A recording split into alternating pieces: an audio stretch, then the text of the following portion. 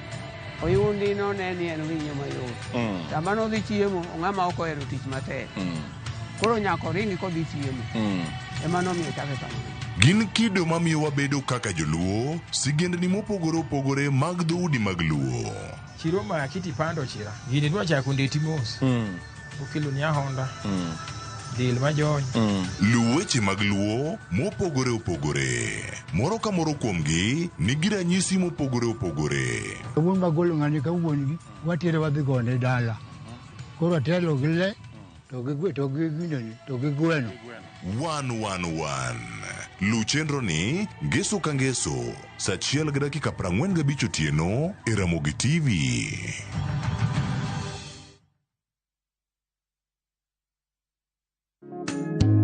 Nimeona ni rehema zako tu Baba, nimetambua ni huruma zako tu Baba, nimeona ni rehema zako tu Baba, nimetambua. Naitwa Victoria Naza. Kupata wimbo huu kama sikiza tuni yako, bonyeza *811*381#. Kumbuka, sikiza na Citizen nyumbani kwa wasanii wote. Inalipa kurifa Mbogi on patapata.com. Share referral link yako na ukamate bonuses na ganji fiti. Win na Mbogi on patapata.com. Refer and repeat. Not for persons under the age of 18. Authorized and regulated by BCLB license number 447.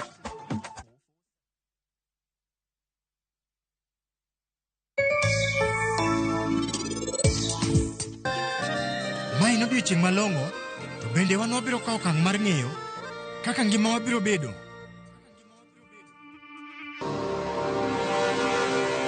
OMR, it is tasteless.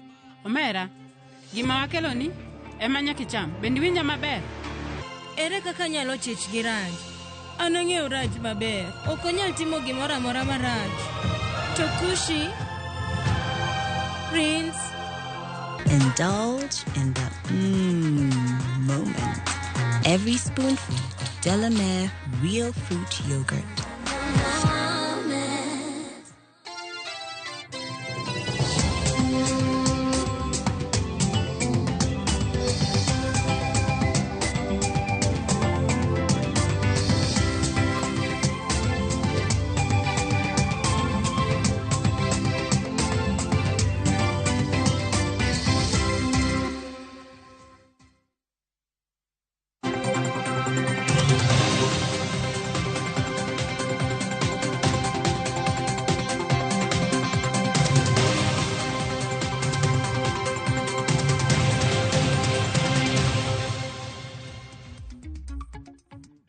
Nyakwara Mugia Juang dakika ena 15 tok sadek marokinyi machiegni chenro mar mbaka oromo okinyi makawuono machakore sani nyaka ngomol kanyo saa 5 mar onyango. Antiere kae mar mondo mi ami chal mar fwambo mago weche ma jofwambo magwa luonwa e kor gwenge mopogore opogore odiochieng' makawuono. Ka wachako chal mar fwambo okinyi makawuono, jagoro mongirore e migawo mochung' ne wechego mag arita e pacho kae mano Dr. Raymond Omolo odiochieng' makawuono bro bedo ka oyango ayanga mano juma mano mar kedo gi yedhe mamero ji e pacho kae, mano miluongo kanyo kod dho ngere ni launch of the National Prevention Week mano mar higa mar 2025 ka juma makamano en mana kochakore odiochieng' makawuono kaachiel kod odiochieng' makin tarik 20 nyaka tarik 21 mar neno kaka inyalo keda kod yedhe mamero ji. To magi duto itimo mano kotudore kod tudruok ma sirikal nitiere godo kod dul makedo kod yedhe mamero ji e pacho kae mano Nakada mabende kinde mathoth osebedo e ng'ala manyime mar neno ni oked makare kod yedhe mamero ji ahinya to e kind rowere e pacho kae. Ka bende yango chenro makamano mano juma mar kedo kod yedhe mamero ji e pacho kae timore mano All Saints Cathedral e kaunti ma Nairobi kae, ka bende ochakore kar saa 2 mar okinyi makawuono. Mane wach mabende waluonu odiochieng' makawuono e kaunti ma Nairobi ka. Kopogore kod mano, wach machielo mabende waluonu en kotudore kod tego kata jiwo sekta mar teko e pacho kae. Mane momiyo odiochieng' makawuono Kenya Electricity Transmission Company mano Ketraco kotudore kod Public Private Partnership mano committee mano mar Public Private Partnership odiochieng' ma kawuono gibro bedo ka gibedo piny mar mondo mi gipor wach kod jochung weche mawuok e ute mag fwambo mopogore opogore pacho kae mar mondo mi giket maino margi ahinya te okenge machielo minyalo go e wechego mag Public Private Partnership kaachiel kod wechego mag Privately Initiated Proposals ahinya to e sekta mar teko e pacho kae ka bende chenro makamano geto mar nyayo kata mar keto thuolo kata mar yango thuolo mopogore opogore mabende mago migepe mag piny owacho kaachiel kod mago mag ji giwegi thuolo magintiere godo ahinya mar tudruok kod Ketraco e wechego mag keto mwandu e pacho kae ka bende romo makamano e chakore kar saa 1:30 mar okinyi nyaka saa 5 mar onyango kama Ketraco bro bedo kaporo wach kod jochung weche mawuok e ute fwambo mopogore opogore e pacho kae.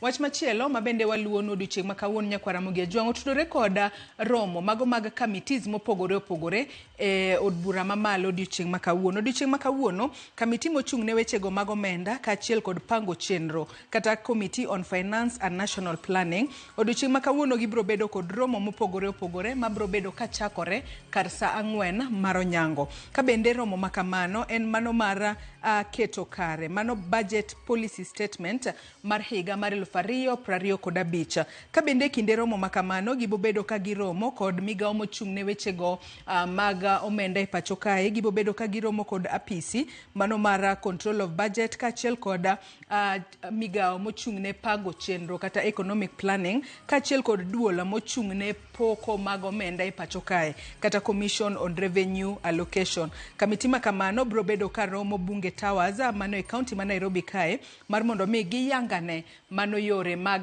keto omenda mibo ket ne budget mopogore opogore mano motelo ne yango budget mar hik omenda mar 2025 2026. Wach machielo mabende kapod otudore kod committees mar romo odiochieng' ma kawuono bende committee mar od bura mamalo mochung' ne wechego mag somo bende gibro bedo ka giromo odiochieng' ma kawuono mana bende kapod otudore kod wechego mag budget policy statement mar higa mar 2025.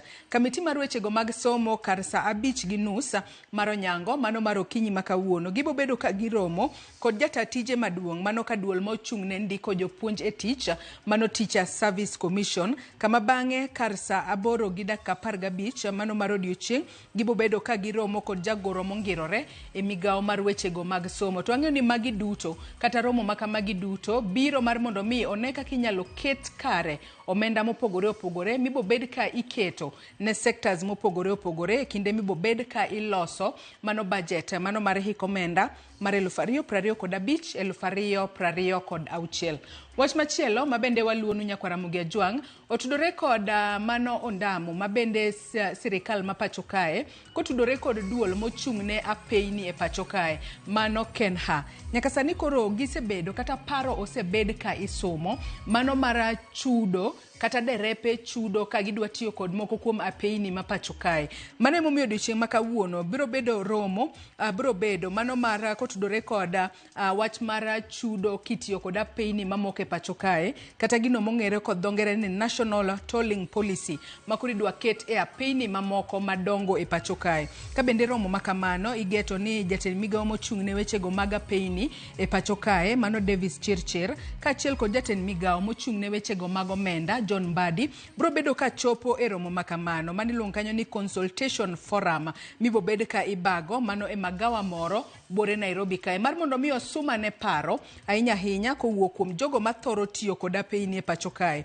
Wang'e ni migawo mochung' ne wechego mag apeini e pacho kae nyaka sani koro gisebedo ka gitemo mar mondo mi gisuma ne pach jopiny ahinya kotudore kod mano draft policy mar higa mar 2025 kata chik mageto mar mondo mi e kinde ma itiyo kod apeini mamoko madonge pacho kae to jopiny chudo e kinde ma gitiyo kod apaya makamano. Ka bende romo makamano iwacho ni bro bedo ka kelo kanyakla mano jopiny kaachiel kod joket mwandu manitiere sectors mopogore opogore mar neno ka be en paro minyalo ket e tema e yo makare. Wach machielo mabende waluono odiochieng' ma kawuono Nyakwaramogi Ojwang' Otudore kod romo mano mar national stakeholders miwacho kanyo ni en mano ma ichano mar mondo mi mano motelo ne romo mar consultation mano mar joma mine pacho kae mano miluongo kanyo ni CSW mano romo mar 69 mibo bed ka ibago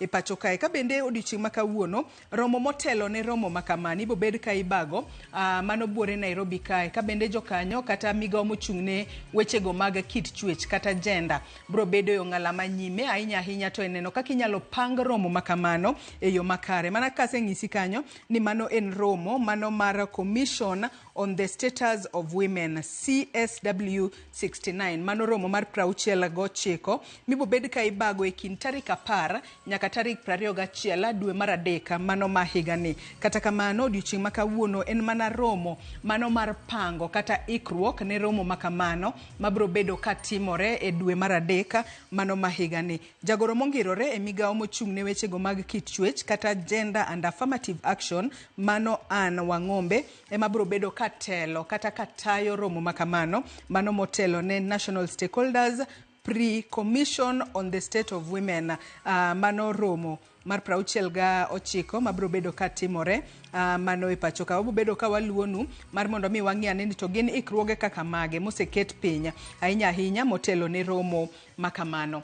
Wach machielo nyakwara Mugia Jwang mabende waluonu odiochieng' ma kawuono e county mano ma Migori ibo jafombo marwa e county ma Migori mano George Juma odiochieng' ma kawuono bro bedo ka oluonwa romo mano kotudore kod keto e tema chenro mane otim mano mar timo audit ne jotije manitiere county ma Migori. Nyaka sani koro nitiere MCAs moko makoro osebedo ka chwalo ng'ur margi ni nyaka ne tim audit mar kwan mag jotije matiyo e county ma Migori pok okete tema report mar audit makamano. Mane wach ma jafombo marwa e county ma Migori bro bedo ka luonwa mano kotudore kod kwan jotije manitiere e county ma Migori kod kaluore kod report mar audit no wacho nang'o to ere kaka inyalo ket e tema audit makamano.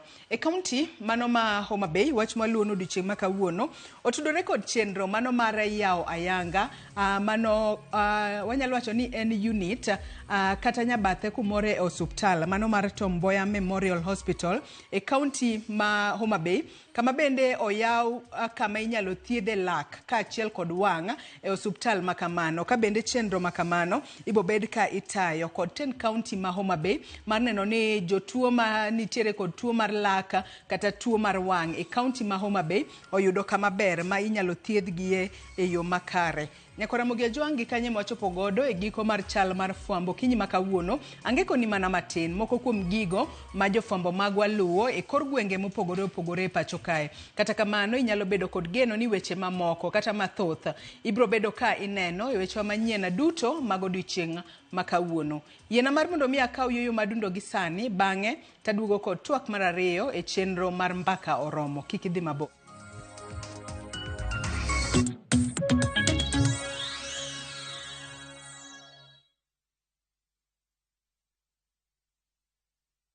Europe awaits na View Travel. Join our 10-day European adventure from April 13th to 22nd, 2025. Explore Belgium, Czech Republic, France, Germany, and the Netherlands with tours in Prague, Amsterdam, and Paris.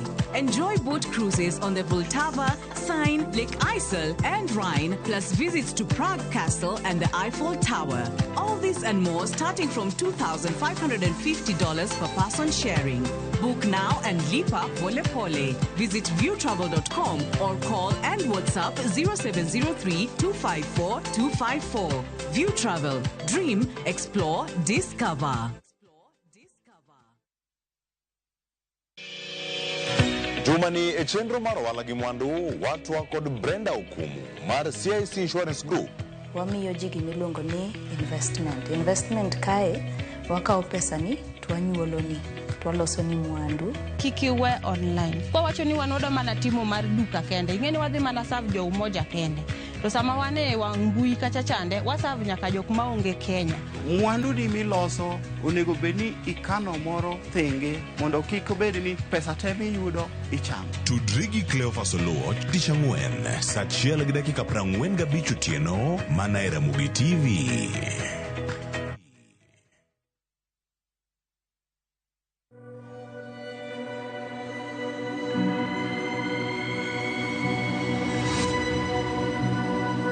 People come to me and they say they get discomfort when they have ice cream.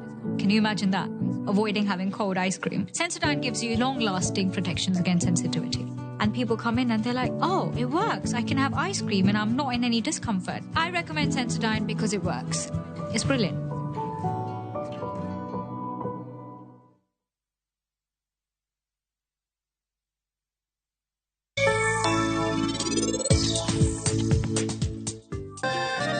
Mai no odiochieng' malong'o, to bende wan wabiro kawo okang' mar ng'eyo kaka ngima wabiro bedo.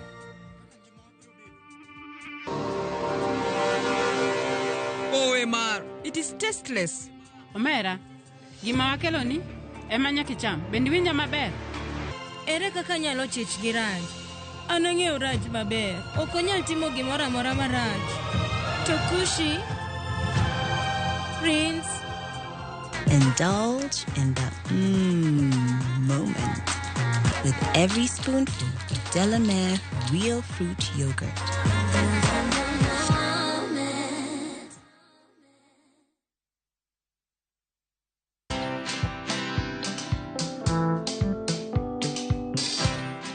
Mabrother, chekini story fulani la penjuzi mtani record manze.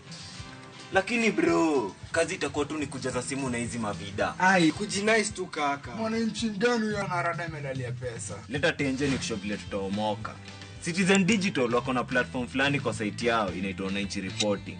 Hapa unaweza tuma story yako kwa website yao ama kwa app yao ya Citizen Digital.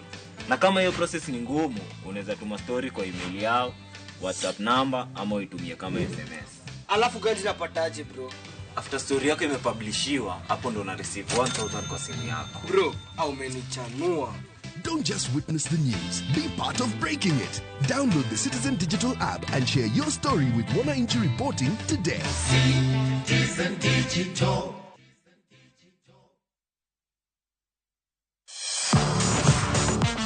Ne thuolo mar yudo weche tuke duto nyaka mopondo.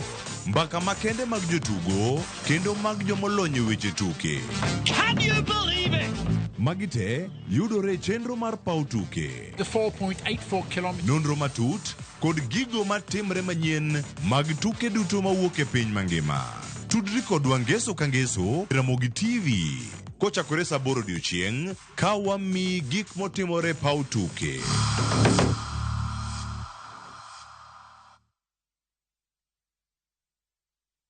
Ok ginyal wei ma ok inyiero. DJ Kapak Selector. Tunapiga. Idwa dhao dong. Idwa gori. Adwa timo ni maandamano maduong' kibong'eni ano. Mama ilika polisi timango. Ka yieng' tachaga. Ibiro utenda kama ni chaya donge. Dhano otamo Nyasaye. Ok jaduong' ba. Jensa. Macha wich kut mani kelo nwa. Ibiro timo wa. Waluong ne polisi. Yes, ayuri. Stop it. Nyarkochia. Ticha Beach ka Ticha Beach, sachiel gi dakika 55 otieno. Mana Ramogi TV.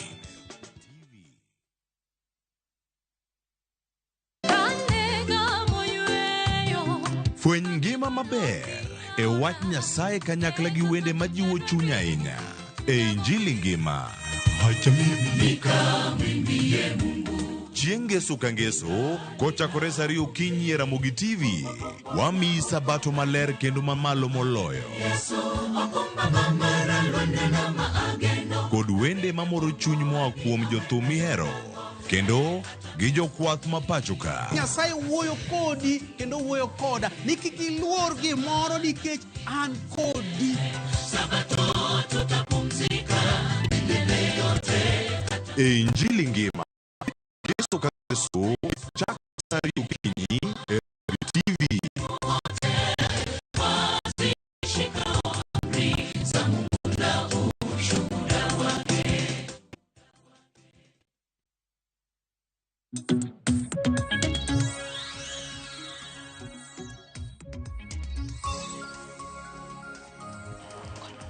Haya nyakwara Mugiajwang' no kanyo ka dakika en 32 tok sadeka mar okinyi machiegni e twak marwa mar ariyo e chenro mar mbaka oromo okinyi ma kawuono kama odwa twak otudore kod chal mar Kenya weche mopogore opogore matimore e pacho kae ka bende nyaka sani nitiere wanyalo wacho ni paro mopogore opogore ma osewuok oko ahinya kotudore kod kweth mano mar Rapid Support Force ma sirikal mar piny Kenya noyiene mar mondo mi obag romo e pacho kae parni kweth makamano en mano mar pinyno mar Sudan kata kamano sirikal mar piny Kenya kokalo e jatend piny Kenya William Ruto kaachiel kod jotend migepe mabende ochung' ne tudruok kod pinje maoko Musalia Mudavadi noyiene kweth makamano mar mondo mi obed kod romo bore Nairobi kae mano chieng' tich ariyo mano mar jumani kama bang'e bende noyiene gi kata kweth makamano nitiere kod paro mano mar loso sirikal moro matenge mopogore kod sirikal manitiere pinyno mar Sudan mano keto piny Kenya e yo machalo nade kopogore kod mano bende jatend piny Kenya William Ruto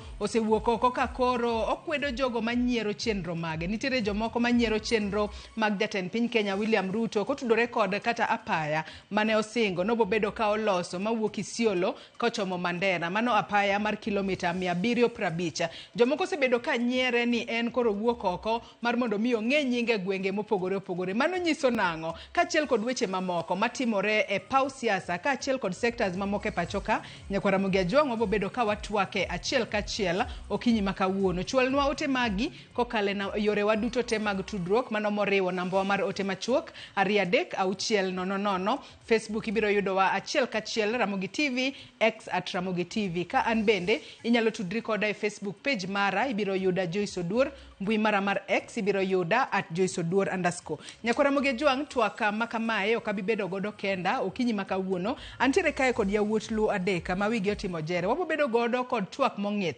mar mondo mi wapenj danene to chal mar Kenya gi sani chalo nade ahinya kinde ma paro mopogore opogore osebedo kowuok oko kotudore kod chunga mar Kenya e tungni madhi mbele e pinyno mar Sudan antiere kae kod Steve Owino janon weche mag siasa yawre Steve ichio nade kendo machiegni tuk Oyawre chio maber kendo amor mar bedo e Ramogi TV twak gi oganda nyikwara Mugi machiegni twak okinyi makawuono wendo na machielo nyakwara Mugiajwang' antiere kae kod Ben Onyacha Ojwang' machiegni ahinya twak Ben Erokamano Joyce, misawa amoso oganda jokanyanam duto arwako gi twak machiegni. Erokamano. Wendo na machielo nyakwara Mugiajwang' antiere kod Meshak Odede ambe nen janona weche mag siasa oyawre Meshak ichio nade kendo machiegni twak. Oyawre Joyce achio maber kendo wamor bire twak gi jokanyanam.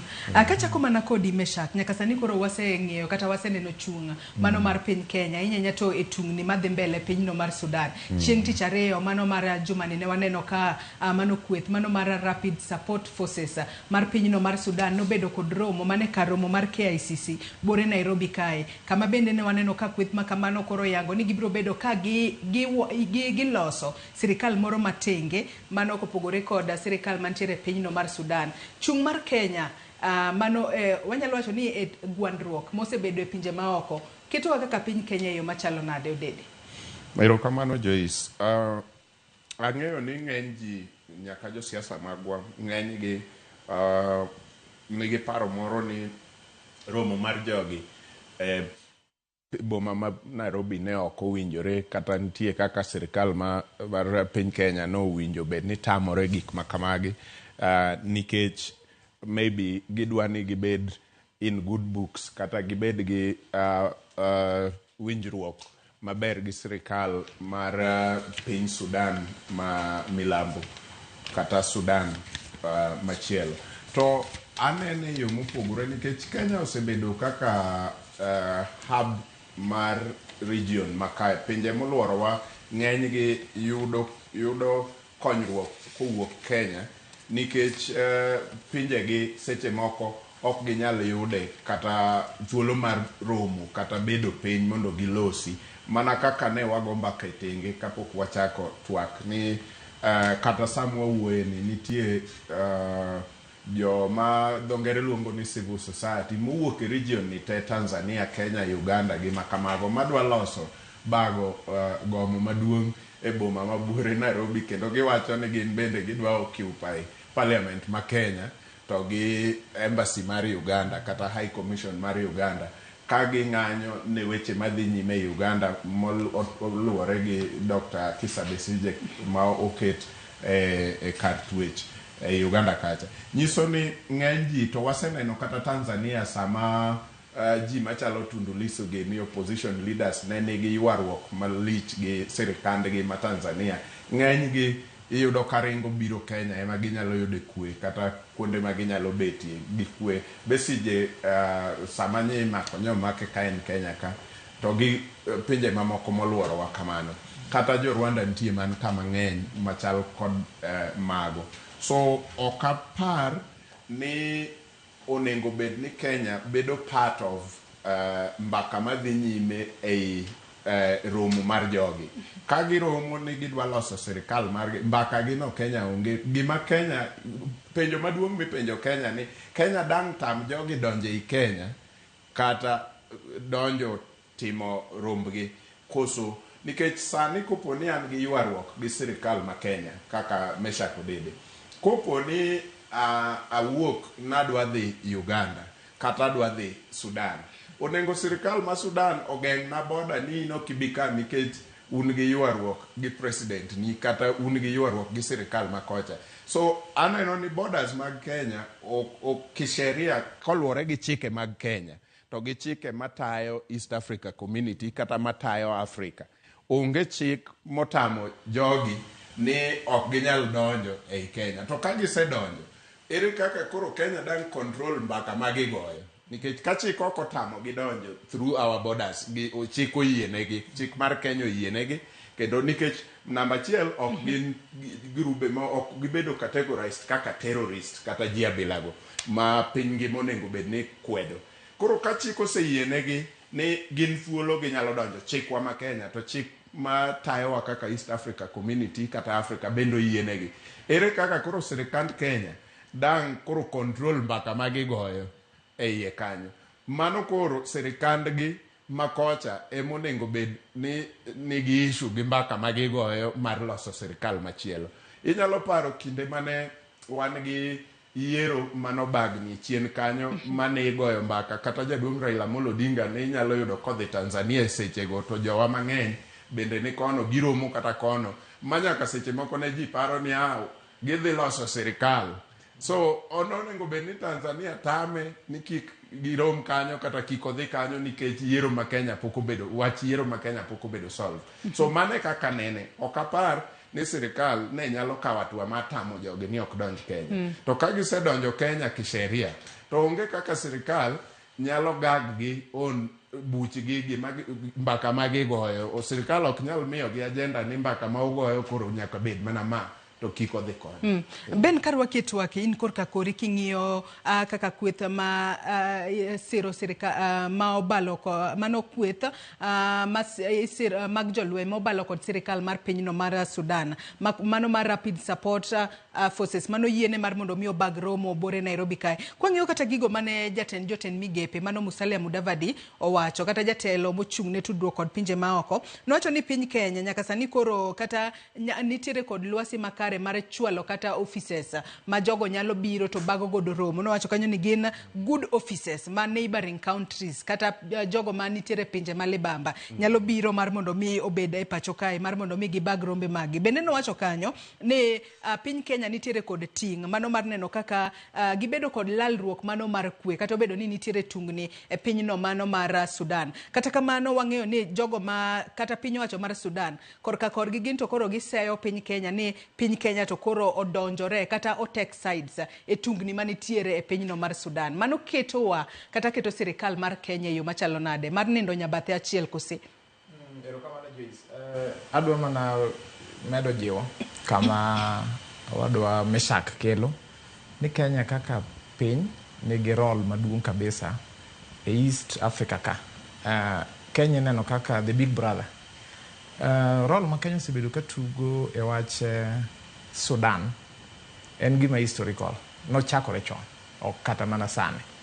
Noneno kata ka higa machon manowacho diere Kibaki kane nitiere lweny man South Sudan ne dwano wuogi, Kenya mano obedo mediator mano loso the comprehensive peace agreement mano nyuolo South Sudan.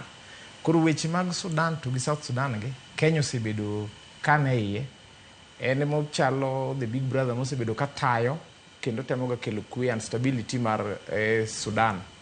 To ang'o momiyo Kenya nyalo bedo nigi interest machal kamano? Nyocha waneno ka pinje mag Afrika ma thoro loko sirikal e yore mag ku, loko sirikal e yor ang'enge mag weche bonde to gi military, osebedo ka imiyo ineno pinje go igolo kata mana e kweth mag AU.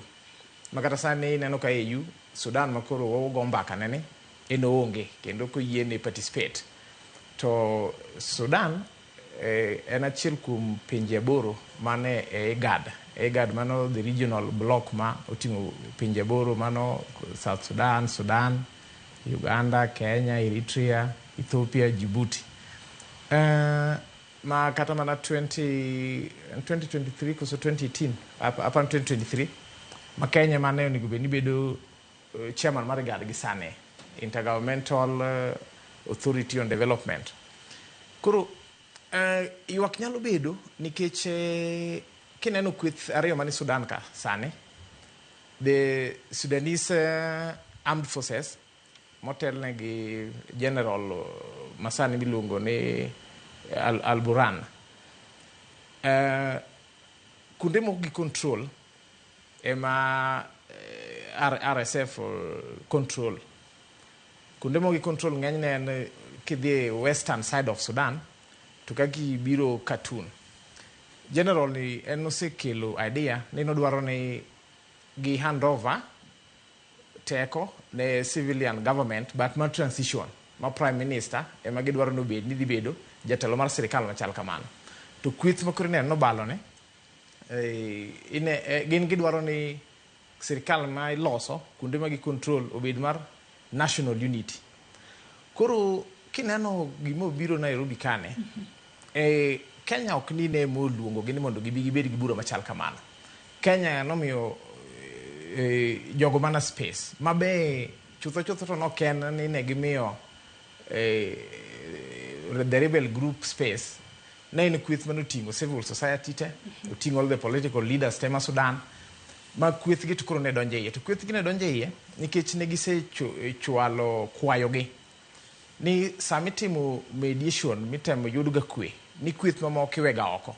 To nikech gine ma gigore gi sirikal masani mar General Al-Burhan ne gidwa ni gibed part of the process. Koro nikech gin gidwaro a government of national unity, ineno ka gitemo riore e kweth machalo mag the civil society, gitemo riore e kweth machalo mag jogo mag jo siasa mar that country mondo pachgi okaw. Koro Kenya ng'ato nyalo neno kaka jo Sudan go mar general cha the Sudanese Armed Forces ni donjore wechegi to gin a sovereign country but chutho to onge kuma Kenya donjore ni Kenya kata ni koro ni be chiwo paro kaka ni gidwaro ni Sudan ota. Gin gima gichiwo en space mar mediation magisebedo ka gitimo igni e Sudan to kata mana South Sudan waneno. Koro ata okane richo ma Kenya timo en mana ni igeni nitie gimiluongo ni geopolitics. Geopolitics mano kaka siasa mar pinje rengo e region moro. Nitiere nyiego moro ma besa moro bedega kineno mana kaka winjo wadwa Meshake wacho ni Kenya en a stable country within this region ma en be motimo gik mang'eny ne bigger brothers gi mano seche moko nyalo kelo nyiego makoro inyal nene tang'o mi idwa donjori e pinywa. But Kenya to timo ma nikech the region need to have safer borders, security nyaka bed enhanced. To ma nyal mana tim ko yud sirikal moyiere yo maber mok mag weche lweny gi. Koro eto ena a mediating country moyie kendo offer itself again and again ni gibed jogo manyalo mediate and tayo. Steven bende karwaki twako kinyi makawuono wach ma koro asani koro osebedo kanyayo paro mopogore opogore kotudore kod chung mar Kenya nikech kane wang'iyo kata gazeto kinyi makawuono en nokondi kanyo ni en gino ma otime yo ma ok ni kare no luong kanyo ni reckless move ma koro jatend piny kaachiel kod jotend migepe kata jatend migawo mochung ne tudruok pinje ma oko nokawo mano mar yiene kweth makamano obie pacho kae. Kata kamano wang'e ni kweth ma kamae nyaka sani koro temo mar mondo mi olos kweth machielo kata mobalo kod sirikal mano mar pinyno mar Sudan. Oketo e yo machalo nade in korka koristi? Okay, an kaka nene onge makosa mondo jo Sudan orom e Kenya or e piny mora mora. Aloso kaka Pan-Africanist, kaka ja Pan-Africa mongirore. Kane Kenya gi pinje mag Africa ne gore ne independence, ne giromo kama noting'o Jomo Kenyatta, George Padmo, Kwame Nkrumah, ne gidhi romo Lancaster, ne gidhi romo France to discuss ka gigo mbaka kaka gidhi yudo ang'o e independence margi, kaka ginyalo ritore e sirikande margi. Koro romo mar jo Sudan e Kenya onge gi makosa. Involvement mar Kenya ka en plan, ka nitiere stake mar dhi kawo piny gang'enge to sirikandwa obedo achiel kuom paro mar jogo, then kanyo nitiere makosa. Kenya osebedo piny mar kwe, to bana kaka owetewa gi osewacho, kwe mar Kenya bende nyaka koro odepend gi kwe mar jirende. Koro nikech kaka Pan-Africanist nitiere spirit mar Ubuntu. Ka I am because you are, antiere nikech in.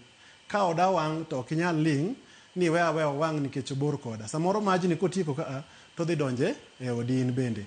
Koro ok ane makosa kuom romo mar jo Sudan e Kenya. Makosa nyalo mana bedo ka nitiere lwedo mar sirkandwa e loko sirkal ma piny mamoko maoko. To ma bende nyisowa yom mar African Union. Mane jakom Raila Amolo Odinga ne laro mondo mi obed jakom mare. African Union onge gi organization man kare mar achieving agenda 2063 mar silencing the gun. Nikech ineno ka wach silencing the gun ema timore DRC Congo. Mano bende noketo achiel kuom gik mano miyo jakom nokoyudo kom mar AUC. Gwatruok matimore e Afrika koni gi koni. An kaka Pan-Africanist aneno nitiere lwedo mar jok mane onyakwawa, neo-colonialist, gi dongere wacho neo-colonialist to gi imperialist. Por lwetgi nitiere, nikech iyudo ka kuonde ma otuo maonge gik moko to kweni manatiere. To kama nitiere minerals minyal ya kaka Sudan, lweny mantiere Sudan, nitiere mafuta kachacha. To nitiere in terms of geopolitics, jok matimo ohala gi siasa. Koro en mana keto tungni koni, gi finance joma ni koni, kendo gichage miyo joma ni koni bunde, nikech jogi ok los bunde Sudan. Jogi ok los bunde DRC. Bunde gi nitiere jok makelo negi mondo fuel pogruok mantiere gi lweny mantiere e Afrika. To koro presidents, ker mag Afrika gi jo Afrika mangima, gi the youth mar Afrika, nyaka koro work together wang'i back ni ang'o. Kane jowa ne oket through slave trade, kane pinjewa oket through colonization, ang'o mane wuonewa machalo Jaramogi Oginga gini nobedo piny draft makata kana gidhi gibedo Lancaster House Conference, ne kata jok mane ocolonize wa ne neno ni gigi make sense, and then mobilization mar jo piny bende nosechiew against ka pingo okawo tiyo kodwa gang'enge e pinywa. Omiyo aneno ni jo Afrika onego bed ni gima Kenya timo, jo pinje mamoko bende obed kanyakla mondo Afrika obed piny manigi kwe, eka wanyalo dhi mbele kaka continent marwa.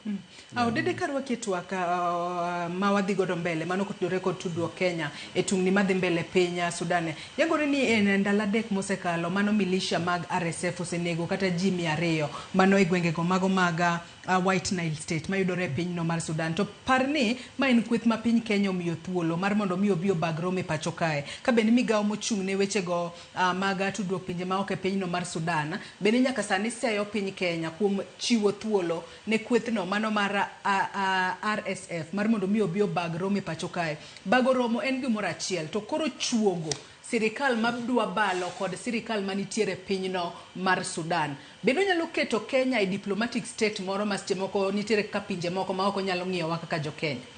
Erokamano Joyce, adieri to en ni mano is the easiest thing to think. Mano e gima paro mapiyo dhiye ni gini biro keto Kenya okang' marach gi sirikal mar Sudan. Ma kata sani sirikal mar Sudan nyaka par mana kaka iwinjo ji mang'eny parono. But kinono kitimo nonro maiye to ibiro yudo ni Kenya onge gi role moplay mondo olos sirikal machielo matenge. To mana kaka wadwa ni ne loso gigi duto kane ber Joyce, to onego bed ni magi gik matimore kata headquarter mar African Union. Onego bed ni building mar Mandela cha multipurpose hall cha ema gik makamagi dhiye. Ang'o mikele mana Kenya waka? Nikech yom mar log tich mar African Union.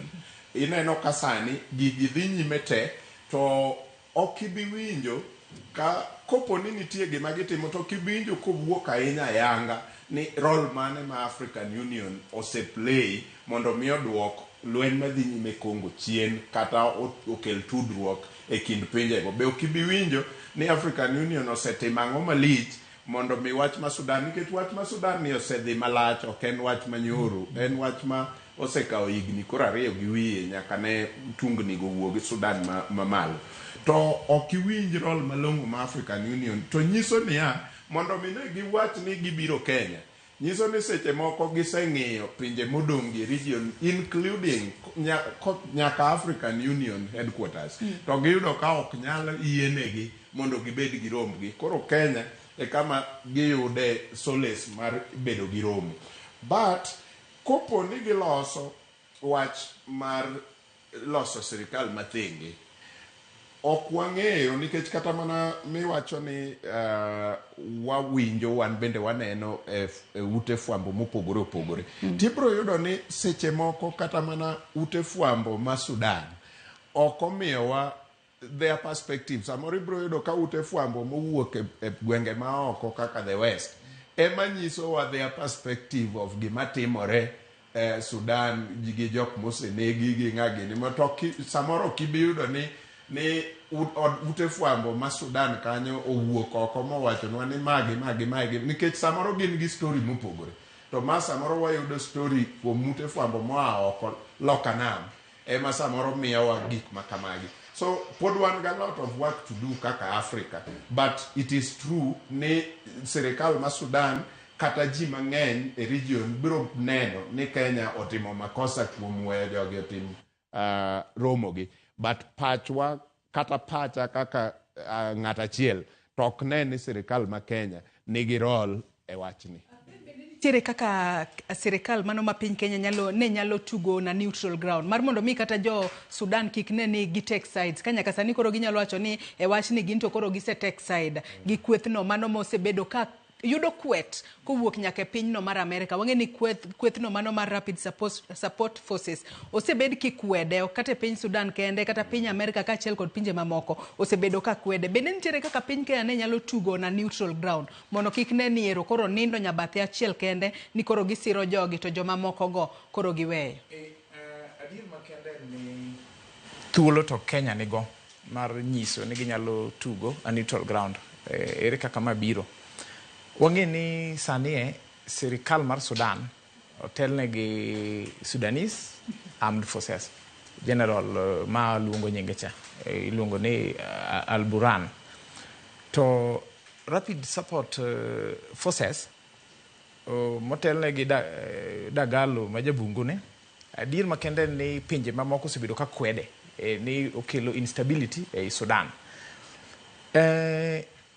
Paro ni gima Kenya ne nyalo timo mondo kik nene gi piny mangima ni chalo ng'ama osekawo side. Ma side to boko kawo eno offer mana platform mar jok madwa manyo stability ma Sudan mondo biyo go mbaka gimiyo gi space. But kane gido bedo mediator maber to ne gibedo ne gitime in a structured way. How? en ni kweth mane sirikal sanegi man gi representative gi mabose golo pachgi kaka de gombo ni kuyo timre Sudan mano mar Sudanese Armed Forces osegolo pachgi to jo RSF osegolo pachgi onego bed ni gi kaw kata mana representatives from both the factions mar Sudanese Armed Forces to gi representative mag RSF mondo bedo part of this discussion ma gimiyo gi platform to gimi group achiel kende thuolo nikech piny koro neno ni yiene mondo kweth mag civil society to gi rebel ni mogo bura machal kamano kende gineno ka gima Kenya to se kaw side to ineno ka Prime Minister o explain Musalia Mudavadi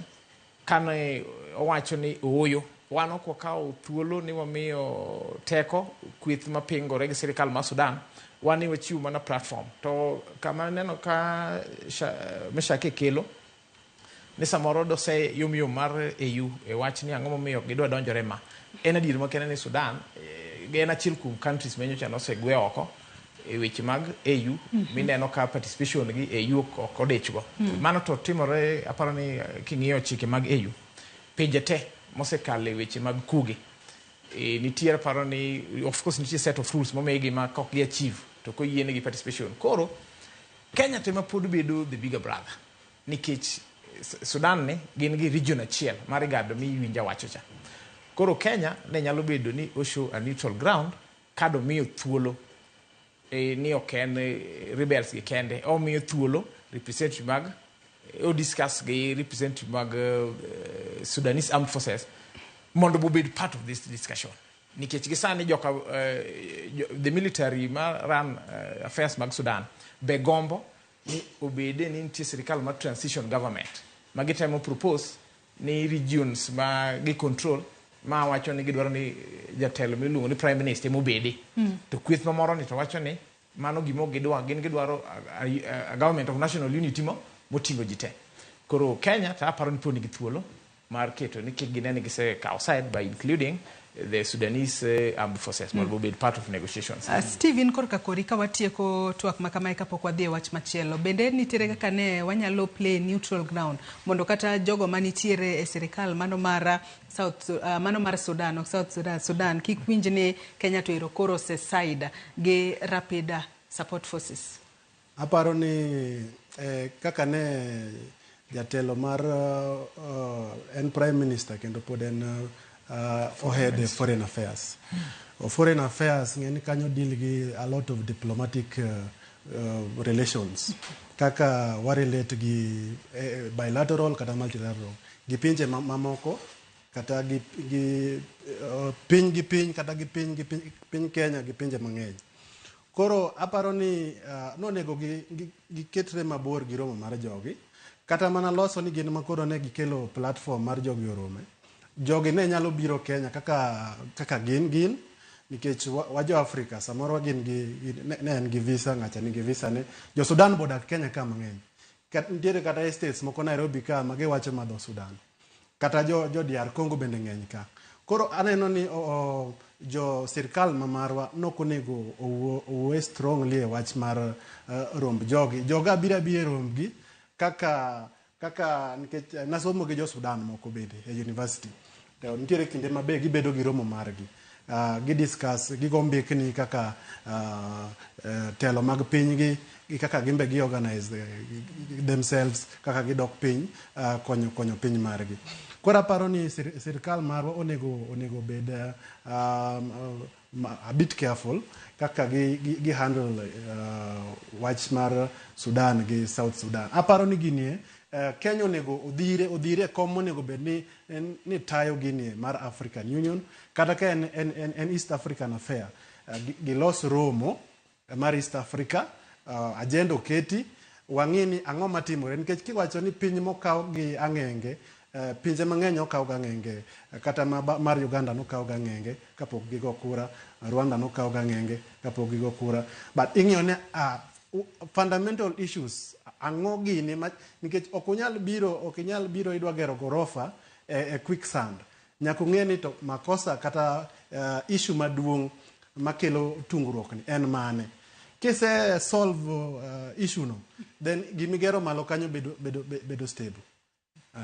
Haya, atwa ni wadhi e wach machielo, waket tenge weche motudore kod tudruok Kenya e tungni manitiere pinyno mar Sudan. Kata kamano wageno ni ibo bed ka itieko tungni makamane e yo makare mar mondo mi seche moko piny Kenya kik yudre kama rach kotudore kod thuolo mane gimiyo godo mano kweth mar Rapid Support Forces mondo baga romo mane kar romo mar KICC bore Nairobi ka. Wach machielo mabende adwa ni watwage okinyi makawuono otudore kod gino mane jatend piny Kenya William Ruto wacho odiochieng' manyoro kakoro ne okwedo jogo ma osewuok oko kakoro nyiero chenro mage mago chenro mag dongruok mosebedo ka otimo e gwenge mopogore opogore e pacho kae. Noyango no bobedo ka oloso apaya mano mabor ahinya mawuok Isiolo nyaka Mandera, mana apaya maderom kilomita 750 mano wacho no bobedo koloso. Kata kamano jomoko wuok oko ka koro nyiere ni jatend piny nyalo bedo ni en koro entiere emission mano mana mar ng'eyo nying gwenge mopogore opogore e pacho ka. Kata kamano we winjane kaka jatend piny William Ruto noloso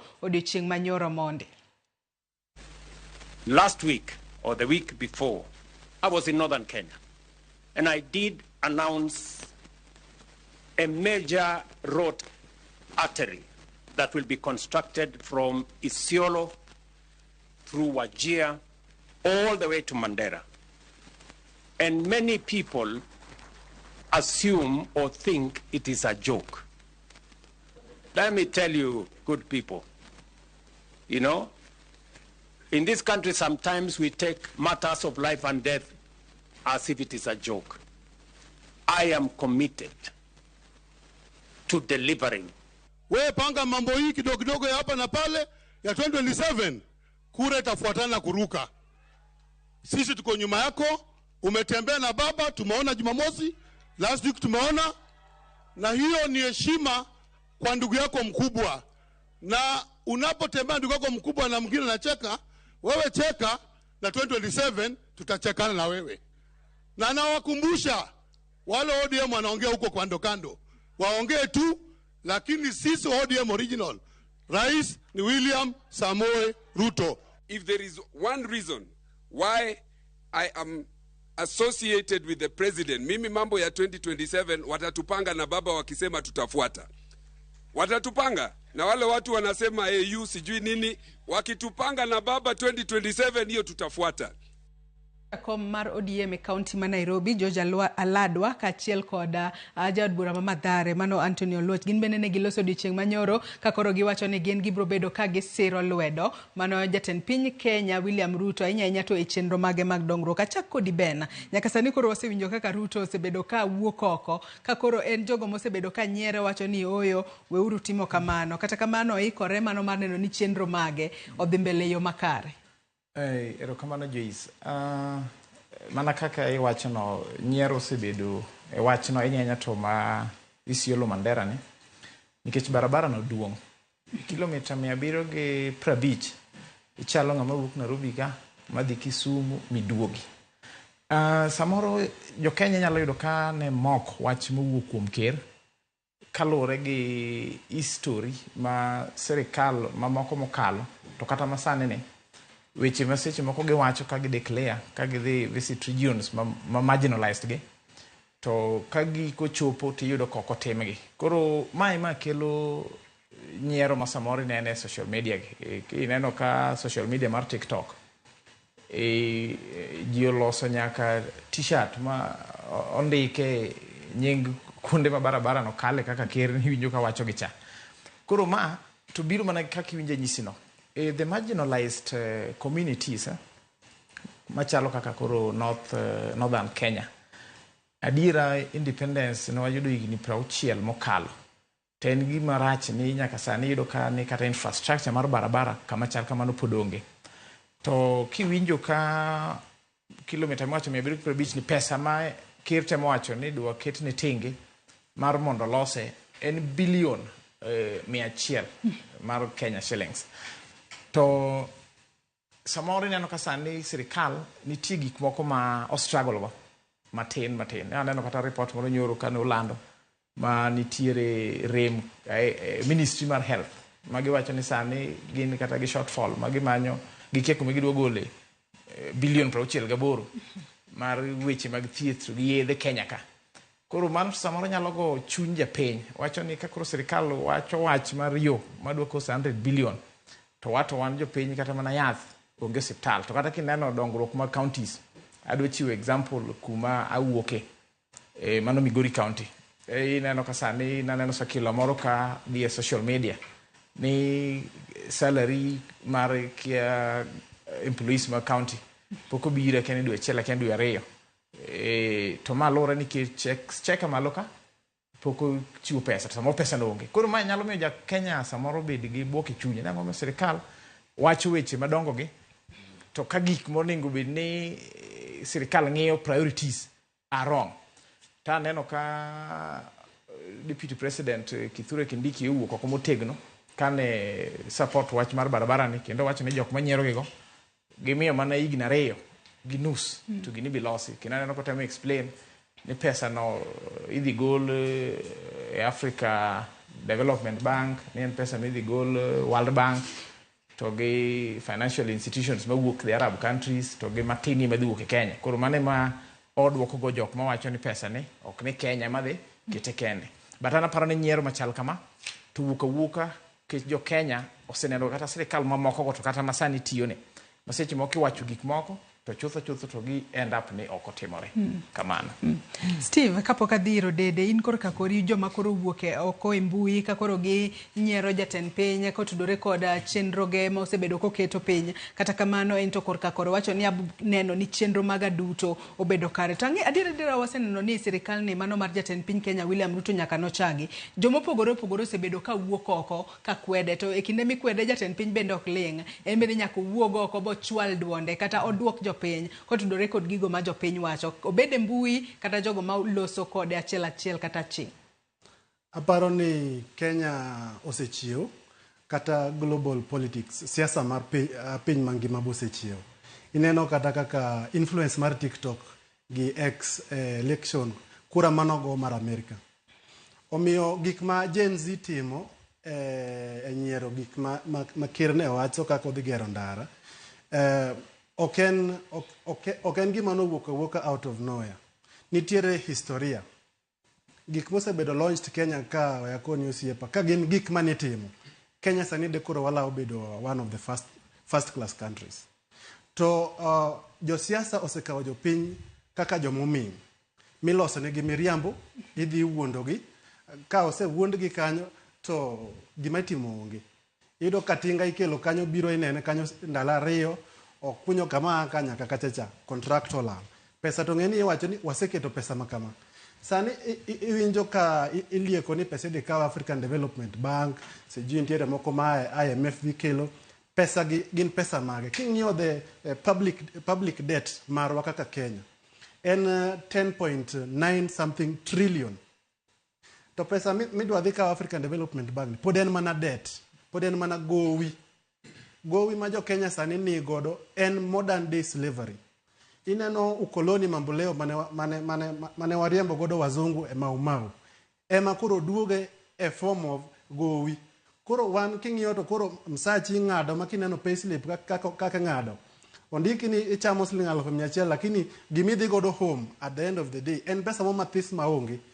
King'iyo kata sirkal mamarwa masani ni kiwuotho oko ka chon ka ne ntiere sirkal mar Uhuru kata mar Kibaki. Iyudo ka ntiere nderni mibugo, ntiere kuonde miloso. An nyaka wuok kuma ae machopo ka onge kata tinga achiel maromogo. Koro ere kaka maa osebedo katimore to ji ka nyiero tiwacho ni en mzaha. Jogi nyiero because en gima serious. To kik ker kata sirkal kaw maa giratil mapiny. Nikech en gi kilo kaka kura idhi go mbele ka.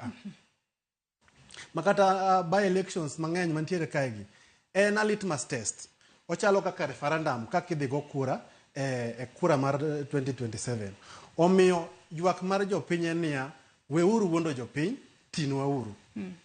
To ka ok onyal tiyo to step aside wakaw jok manyalo tiyo mondo otanwa piny. Odede be iparo ni mane ywak mar jopiny ni kok unyal tiyo to step aside mar mondo mi oket joma nyalo tiyo dhi mbele koda tayo piny Kenya nikech adira jopiny to sebedo ka wuok oko ka kwedo kendo moko kuom gi nyiero chenro ma jatend piny William Ruto sebedo ka chako moko kuom gi osebed kichako to ok ne kata ka dhi mbele yo makare ro sani koro nosingo apaya mabor ahinya no bobedo ka igero chemoko poko chak kata chenro ma jopiny nyalo bede kod geno ni yawa dongero se chak kata pae we wabed kod geno ni bang' thuolo maromo kama obobedo korumo.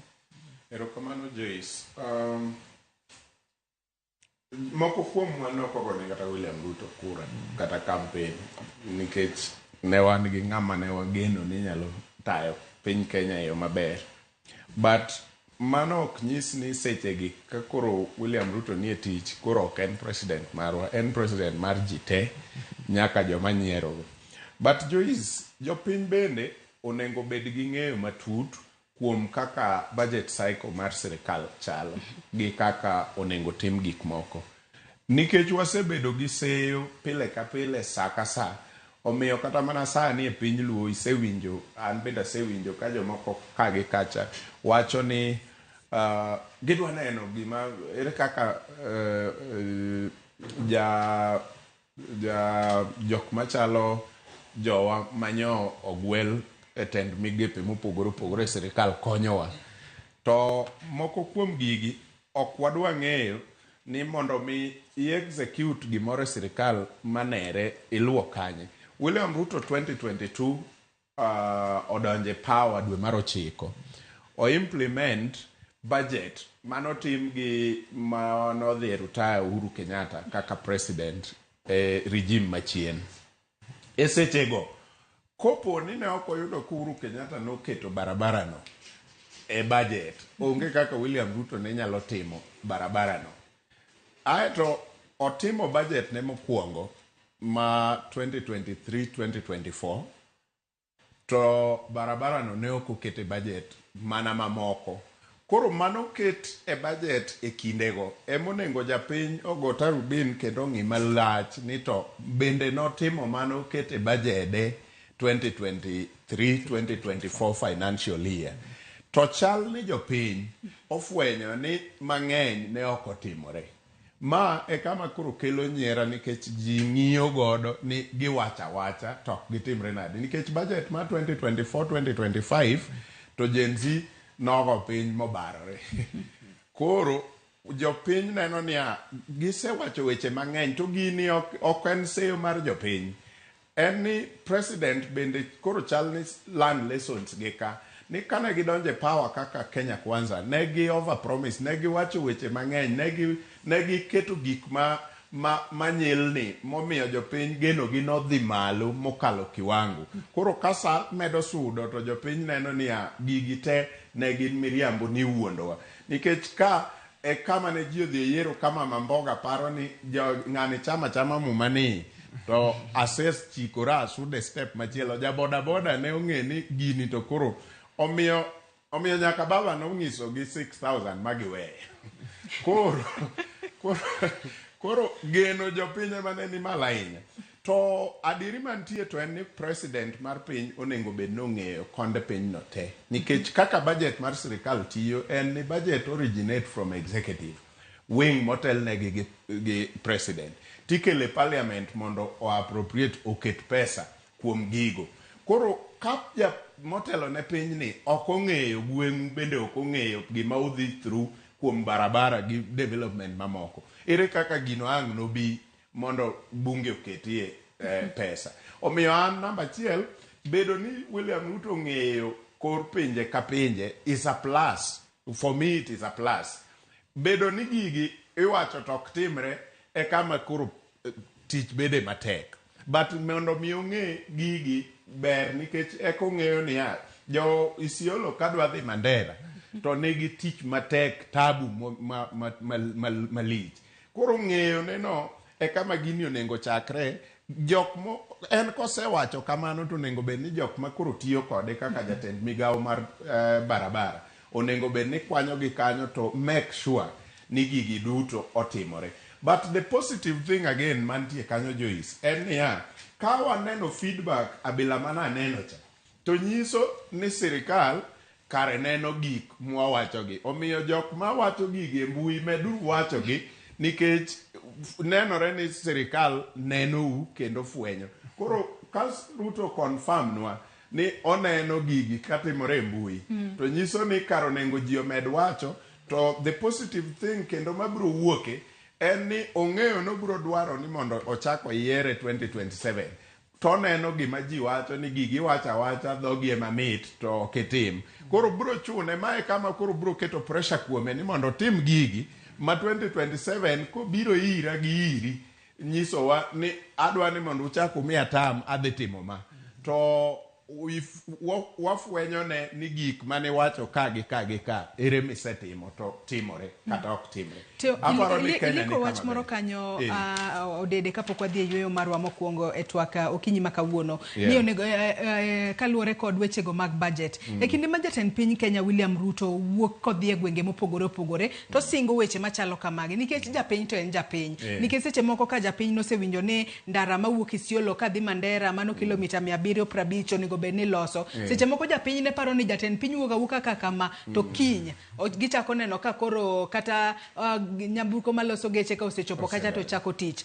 Gigi onego bed ni ka jatend piny wacho e lela kosingo ne ji. Onego bed ni okuongo ng'iyo ka budget nitiere mar ndara no koso singa mondi e ka bang'e koko dhi ng'iyo ni bende nitiere budget manoket tenge ne chenro makama. Nikech magi gik monyalo wacho ni nyaka sani koro kela jema ne jatend piny. Nikech owacho to japiny neno ka okaw thuolo malach kapok ochake kata. Erokamano, gigi luore nitiere sama William Ruto nitiere gwenge ma Isiolo kata gwenge ma North Eastern.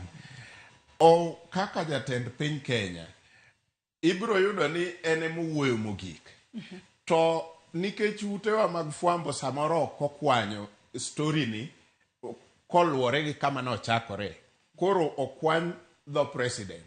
Samoro ibiro yudo ng'enyne ibiro yudo ni jotelo maka no wuoyo mokwongo ma okelo attention mare ni jatelo barabara ma kadhi kakalo kadhi kacha rach to inyo jowagi. Koro ka wuoyo to seche moko odwoko gik mane wacho, but samoro kokwanye gi e dhoge kende to machien cha ok okel ne jopiny to ji paro ni Ruto no wuok e State House to odhi otimo promises. Samoro jopiny makanyo ema noketo jotendgi magiyiero ni wach barabara nikech sani ana wendo ka Ruto ne bira wendo tanyalo wuoyo gi Walter Owino wuoda wendo ma MP na ni kangi nikech an ok abiyudo thuolo mar wuoyo to in representative marwa wach barabara ma kuma kama kadhi kuma kama kang wuoyo Chilo wuoda yako kang wuoyo kaka governor ma Migori ang odhi wacho gigo. To samoro kango kwanti kwanyo clip mar William Ruto kadwoko wechego ni barabara makama kadhi kuma kama wasekete budget wadhi timang'o wadhi loso. Koro japiny onego ng'e ni sama president wacho ni okete budget nyiso ni budget ni dhi chako bedo implemented karang'o e kamba ditiyo budget no sani. To kango tere parliament dwe mar 6 to ochako bedo implemented after that. Ka ng'ato okawo clip ma dwe mar 2 to sechego ene dwe mar 7 ka samoro koko tim tendering to ng'ato wacho ni nyaka noa ka dweche 4-5 machien onge gimwaseneno katimore kata ng'ata tinga mora pok waneno. Koro nengo bende wakwanyo gigi into context ko wacho ni wasekete budget to wang'e ni budget en mar higa mane ochakore kanye to bedo implemented karang'o. To ko wacho ni wadhi launch barabara no kiny to nyiso ni tendering osetim mosemiye contractor koro en idwa chak lose kuma kama mane makobudho. To koro wawacho ni budget barabara manyo usenyaka kete tenda manyo yud ja contractor ere gimomiyo deko kapok ochopo ka. So en jukumu marwa bende kaka jopiny kwanyo wechegi into the context. Ka jatend piny Kenya biro mowacho ni wasekete budget to nyaka wang'e ni budget no kaka sani budget mo iwuoye en budget ma idhi som dwe mar 6 to chako bedo implemented samoro dwe mar 7 kata 8 kadhi kuno. Koro kowache sani dwe mar 2 to onego bed ni abedo gi geno moyombo paro ni kiny tinga no bed ka. Mano apani e context munego wa understand. To bende wang'e ni kose som budget makamano to wang'e ni bende nyaka manyo omenda mar chopo budget makamano. Nikech kinde mathoth en mana projections mar omenda to omenda makamano pod ionge aguch sirikal. Steve wang'e ni nitiere gimidwa medo. Kata kamano mak paro no gi kanyo adwa ni wadhi e yueyo mana matin kende ka waduogo to wadhi mbele ko twak marwa kik idhi mabor.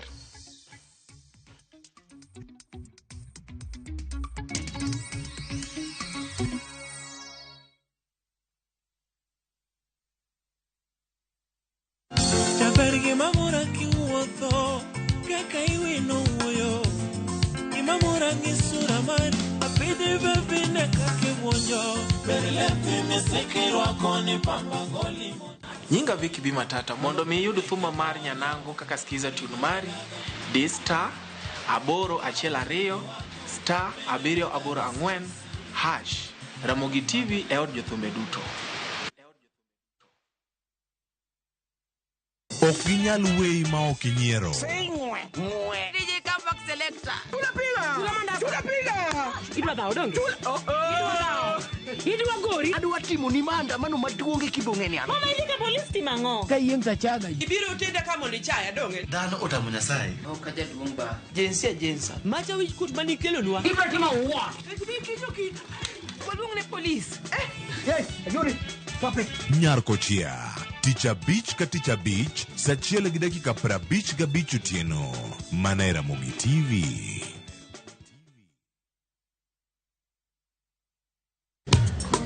Ticha Beach ka Ticha Beach, kocha kore saa 4 otieno nyaka saa 6. Lakini ni mixes maliet kabisa mag Luo Rumba, Luo Benga, kachil kore jawa maliet. Kowuok e ondamo 107.1 FM, kar chuny Jaluo. Kamela nako ni wang'ne ka wadokocha. Nyaka wang' jowi mari mar Ramogi TV. Iba makaeli del marum. Luongani a boy handsome Mandawea Roji bed and breakfast. Luongani DJ Koloko instrumental. Tokodan Solomon Atito Kafaya Gudi. Kawa wachoni ma en Ramogi Night Disco. Kete manaka.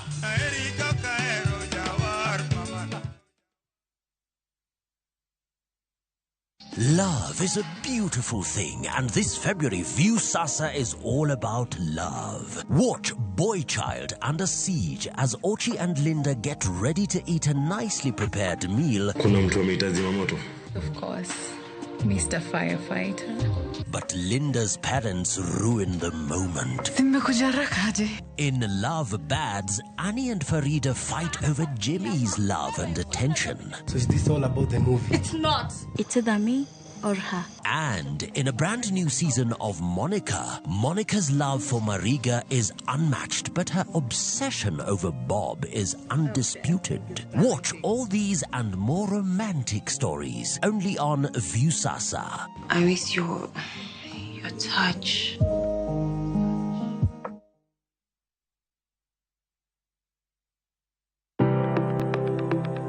En gima konyo e ngima mapile, to ok en gima ng'ato dwaro e ngimane. Bedo gi ngima maber miyo ng'ato dak e ngima maber.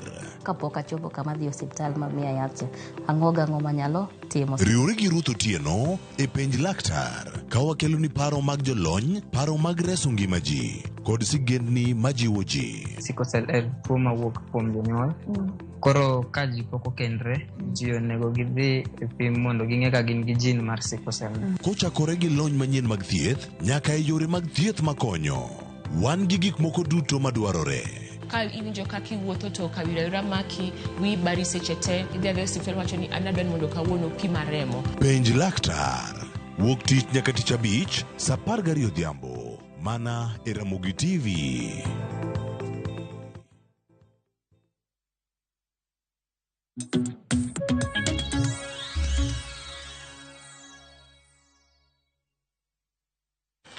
Machiegni kendo nyakwara Mugiajwang' mar mondo mi wadhi mbele kod twak marwa kutudore kod chal mar Kenya kaponi e kitudre kodwa gi sani antiere kae kod welo adek Steve Owino janon weche mag siasa, Ben Onyach janon weche mag siasa kaachiel kod Mesha Kodede janon weche mag siasa. Watwak kutudore kod weche mopogore matimore pacho kae. Med chwalo ote magi abo bedo kasomogi e kinde madhi mbele kod twak marwa. Kapok ne wadhi e yueyo Steve, nitiere wach moro mane dwa medo? Nadwa mana jiwo kamoro ni kaka telo mar piny onegore bed gimikawo very seriously and kata kaka giorganize gik magitimo nyaka bed systematic. Aneno ka siasa gi leadership mar Kenya kako osebedo en okobedo, there is no a very strong system. Anyalo paro kaka Raila Odinga osebedo ka gore mondo wabed gi system matiyo makato bed ni kabila mane mantiere kom to tich iyudo gi ng'ata regardless kumoaye. Gima koro ker nyalo wuok to dhi lando barabara mapoko bed kata piny mopangi, poko kete kata budget, poko wach kata poko bed approved. Ker ka dhi launch gimoro ma en gimo sekalo through all the entire processes, pesa nitiere tichako tich, ti obiro kanyo katinga nitiere kanyo to ong'ado ribbon to tich dhi mbele. Ok ibi land gima ok bibiro. Ibiro gimo sekalo through the system, all processes miwachogo, obed procurement, obed budget allocation, finance bill ka wuok yearly ong'eni wadhi loso ndara makama, wadhi gero skul makama, hospital makama, watero yedhe makama, hospital makama, indiko dakteche machal kama, jopuonje indiko, salary imedo, to pesa ni en pesa manitie. To jopiny bende koro onegore owe kaw kaka jok mofuwo. Nyaka ni Kibaki kel free education, ji ochiew. Choni ng'eni ji wacho ni babo osesomo katiba. Sani ji somo balok nyaka gi dhok mamoko. Isome iloke, nitiere technology. Chat GPT nitiere kacha nyalo summarize negi. Moro be nitiere ni iluongo nang'o AI. Mane iluongo ni? OpenAI. Gin gik ma summarize information. Koro kibiro wuondo japiny, en gima ok dhi tiyo. Josiasa ma Kenya ka onegore ong'e. Jopiny dwaro jok ma dhi tiyo negi. Gidwaro, ing'iyo ka koro iwacho ni President kram ndara. Kata gweng'wa nobire na iyudo ko kram ndara. Barabara mawuok Pala to donjo, mawuok Kindu Bay. To odonjo kochiko Pala to oluoro kode ka nam gi nam moduogo oriwre gi ndara madhi Homa Bay. Nolande mamit ndi. Apani en koro higa achiel gi wiye.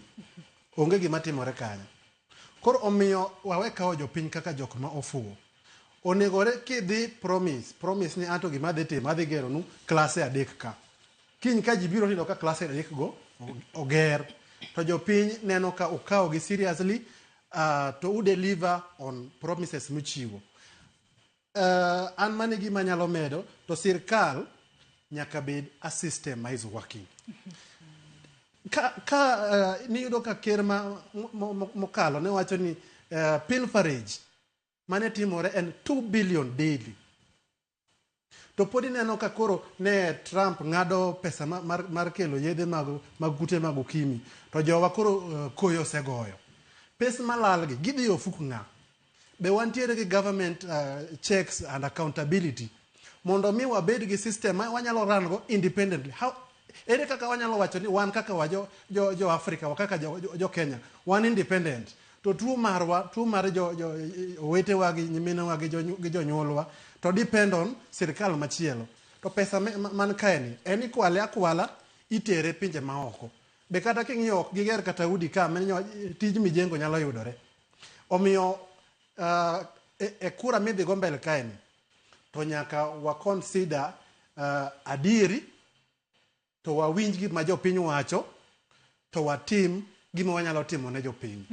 Ato kinde ma magi duto timore be nimbang'e ni nitiere gima idwa medo kotudore koda chenro mopogore opogore ma jopiny osebedo ka seyo jatend piny William Ruto no osingo tok chakre yo makare. Ne waneno kanyo ka jakom ODM mano e kaunti ma Nairobi ka George Aladwa ka achiel koda jaod bura mano ma Mathare Anthony Oluoch. Ne giwuok oko ka achiel kod jotelo mamoko gin to koro giwacho ni gibiro bedo ka gisiro lwedo jatend piny Kenya William Ruto. To ng'e ni magi duto timore mano e kinde ma wang'e ni josiasa mopogore opogore nyaka sani koro gisebedo ka giikore ni gibo bedo ka gidonjo e coalition mane kata riwruok mane motelo ne yiero mano mar 2027. Nyaka sani koro ODM chung mare en mane. Giduto gintiere sirikal kose gipogore nitiere jogo mantiere sirikal to mago maonge sirikal. Erokamano Joyce, kapok adhi e wach ODM no, ma do medo mana mathis e wach barabara no. en ni adiera makende en ni Northeastern oseyuak kabisa ndalo mang'eny ni gibedo marginalized. In fact, kidhi e gwengego seche moko giwacho kata ni gin ok gin jo Kenya.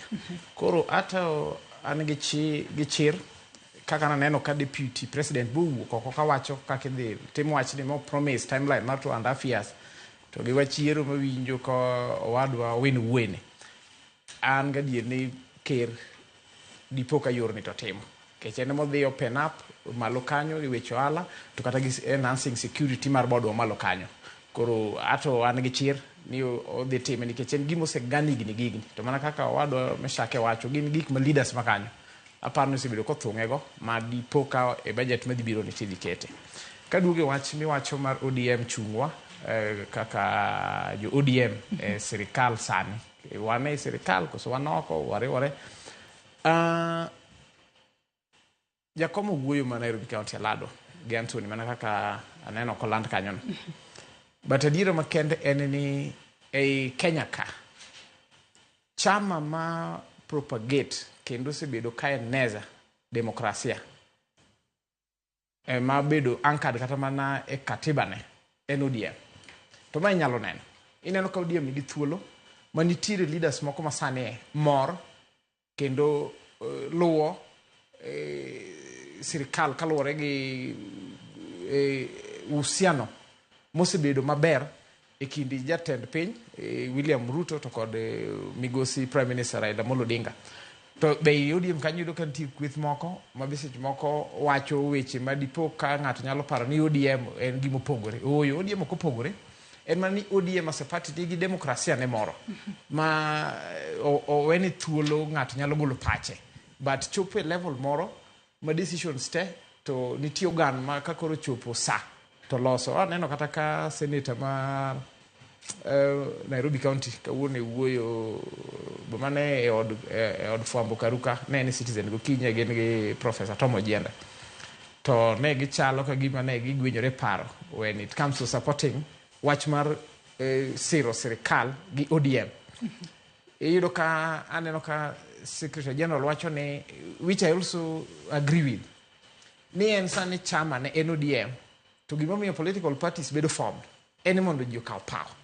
Koro samoro nyalo gwenyri kode paro principally to en otiyo ni mondo chama ne mar ODM oger motegno maka ji dhi yiero kinyanga nyiro manyien to en bende nyalo produce power. Jok ma already siro sirikal matiyo sane to an gi pacha neno ni en kaluwore gi uhusiano mana ma wuoyeno ma bet ber e kind migosi Raila Amolo Odinga to kod ker. Every political party has its leadership. ODM jatelo sani en Raila Amolo Odinga makata mana Professor Anyang' Nyong'o nobedo mane komno mako jolo iyo maki amaka ok nene Raila weni koro no make mana nikech jakom ne loso weche mag yugi mabe koro tang'eyo mabe koro to koro duogo ne komno ene modok bedi kaka party leader mar ODM. Koro luoro moro to koningo bedi ni kia ni ODM osegwenyore paro oyo demokrasia mane ODM moyie ne ji golo paro mopogore but ODM ang'e nigi structures and organs maka decision moro biro bedo made at a later date makoro nyalo bedo gara ni ODM do tiyo gi sirikal maka wuono tiyo to en gima biro bedo structured ma party organs will endorse and ratify to ma biro bind kata koro jok mineno ka sani bet kiro dhogego jok ma kiro dhogego en demokrasia mar ODM but chieng' moro ka koro ang'e ni ratification osetimo wach ni Mike Modium dhiye to kata jogi biro yudo maka koro donji fold machal kamano Joyce. Odede korka korika rwakiet waka ODM makoro sani wanoka jakom mare kaunti ma Nairobi kae en koro sewuok oko ayanga kwacho ni wanto jatend piny Kenya William Ruto ema bobedo ka wasiro to bende wang'eyo ni nyaka ne kaw moko kuom jokanyo mag ODM bodonje sirikal bolos gino ma iluongo kanyo ni broad based government nyaka sani koro ODM temo mar mondo mi omeda akena wach ni en broaden the base kose widen the broad base makoro nyaka sani koro nitiere pacho kae. Erokamano Joyce. Nitie gik ma jowa onego understand maler. ODM as a party onego bed ni chik mar Kenya constitution oyie mondo utim pre-election pact kata post-election pact. Pre-election pact mar ODM ne en under Azimio mane nitie Wiper gi parties modongo. Post election pact pok ODM otimo gi chama mora mora. Nyiso ni ODM pod nie Azimio. Emomiyo Junet Mohamed pod bedo kaka minority leader e parliament to gi Millie Odhiambo gi jok modongo. Kadi ne bed ni gisedonje pact to koro ne gibedo under one coalition, so ok ginyal bedo both minority and majority. Nyiso ni kombe moko kadose dong. Mano kisheria. But kisiasa, ODM ose soften ni nitie kaka ginyalo medo tego sirikal madhi nyime gi tich e sechegi kapok ochopo yiero ma 2027. Senator Sifuna kaka Secretary General mar ODM osewacho over and over ni chieng' ma Central Committee mano organ mamalo mogik mabedo chaired gi jakom Raila Amolo Odinga nobed piny mano wach ni officially koro wadwa donje sirikal. Ene mobro somo minutes mag burano nikech ene moyiene kisheria somo minutes mag burano to kamwantien to podi. So gima timore en ni jokenya oseng'iyo gi tabia marach ni all the times nyaka wabed gi sirikal gi jok mani oko. To ka chutho e katiba marwa to nengo bed ni parliament te kata no yieri kata in mbunge mar William Ruto Sugoi onengo bed ni tiji en cheko kaka sirikand William Ruto tiyo, kaka executive tiyo. Onengo bed ni jo ODM, jo UDA, jo Wiper, jo every party mono yier modhi e parliament onengo bed ni cheko executive nikech en one arm of government, bad sirikal achiel miluongo ni legislation. Bad sirikal machielo en executive ma ng'ata ng'ata moseter kaka minister, PSS gi jok makamago gin one arm of government. To jok modong nie judiciary. So in all essence, the whole parliament, the whole executive gi judiciary nie sirikal. So onge gimoro ni wan e sirikal un oko. Onge gima chal kamano nikech un parliamentarians ucheko executive, u oversight, u legislate, to utimango u represent. Ka judiciary is checking the excesses, gik madipo ni are against the law, to joka to implement dwaro mar jopiny. So ena nikech waseng'iyo pod gicha nie wiwa, koro waneno ni jomoko nie sirikal, jomoko onge sirikal. Onengo bed ni kata wabunge mag UDA koneno gima rach e sirikal to gikwer. Mano emomiyo an aonge gi wach gi Sifuna. Ka Sifuna neno gima rach madhi nyime to timre nade? Okwer kanyo to konyongo neno gima rach to kwer. Taladwa gini ben demokrasia nitiere. Ka giwinjo ni gik moko ma sirikal timo te dhi maber, so be it, gin gi jopiny ma gi represent. Ka uwinjo marach biro kwero gi niya in ne wayieri to gini ne dhi marach to isiki goye mana debe ni dhi maber. In no ki represent wa maber, wadhi manyo ng'ama represent wa maber 2027. So jopiny be nigi role ma gibro play. Ka Anthony Oluoch ofil ni gimoro amora ma William Ruto timo sani gi sirikande te ber, en odhi adhiya nyime kamanyo mano demokrasia. To joma dhare bro wacho chieng' giko ni ne wayieri to gini ne dhi marach to tami neno in ni paka gigo ka dhi marach. So jite nigi role mar oversighting government ni tek ni no yieri dhi e pale.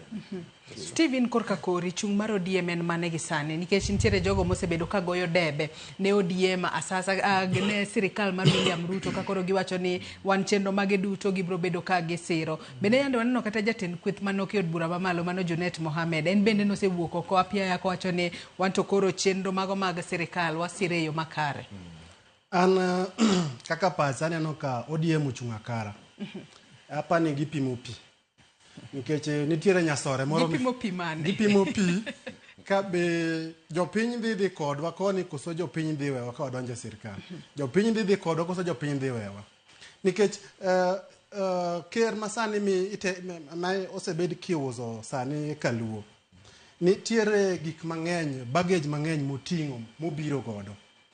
Nikech kane ji dhi e kura manorumo ni, ne nitiere kata Prime Minister Raila Amolo Odinga ne wacho kaka en high priest mar bishop mar Miriambo gi corruption. to gik ma tabia ma osetimore ginene gi ker jopiny nigi to nyomboni koro itemo use mos to gipimo yamo iuse mos to gipimo yamo mane an kaka nene nikech king'iyo ODM ODM and Orange Democratic Movement parties ng'eny nitiere UDA nitiere DAP nitiere Wiper to democracy mar ODM bende osebedo ka bedo guided kata king'iyo nominations kaka itimogi nitiere direct certificate kaka election mokalo MPs mang'eny apani MPs karibu 90 or 95% no oyudo either certificate kura pod ikwano ka to ng'ato oselandi jomoko pod go kura to oseland osemi ng'ato certificate koro iyudo kama bende ne kelo jok kuom jopiny maniyudo kaka gima nomiyo kata Raila Odinga no miss matin bedo ker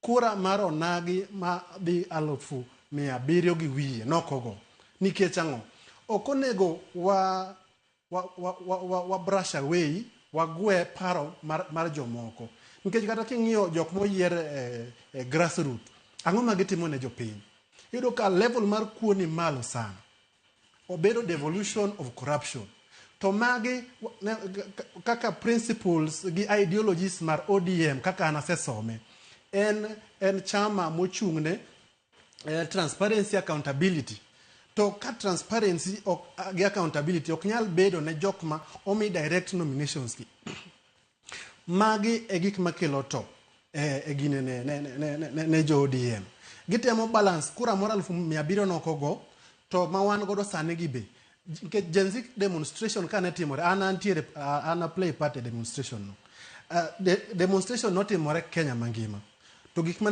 jopiny demonstrate ne gik ma ineno gi wang'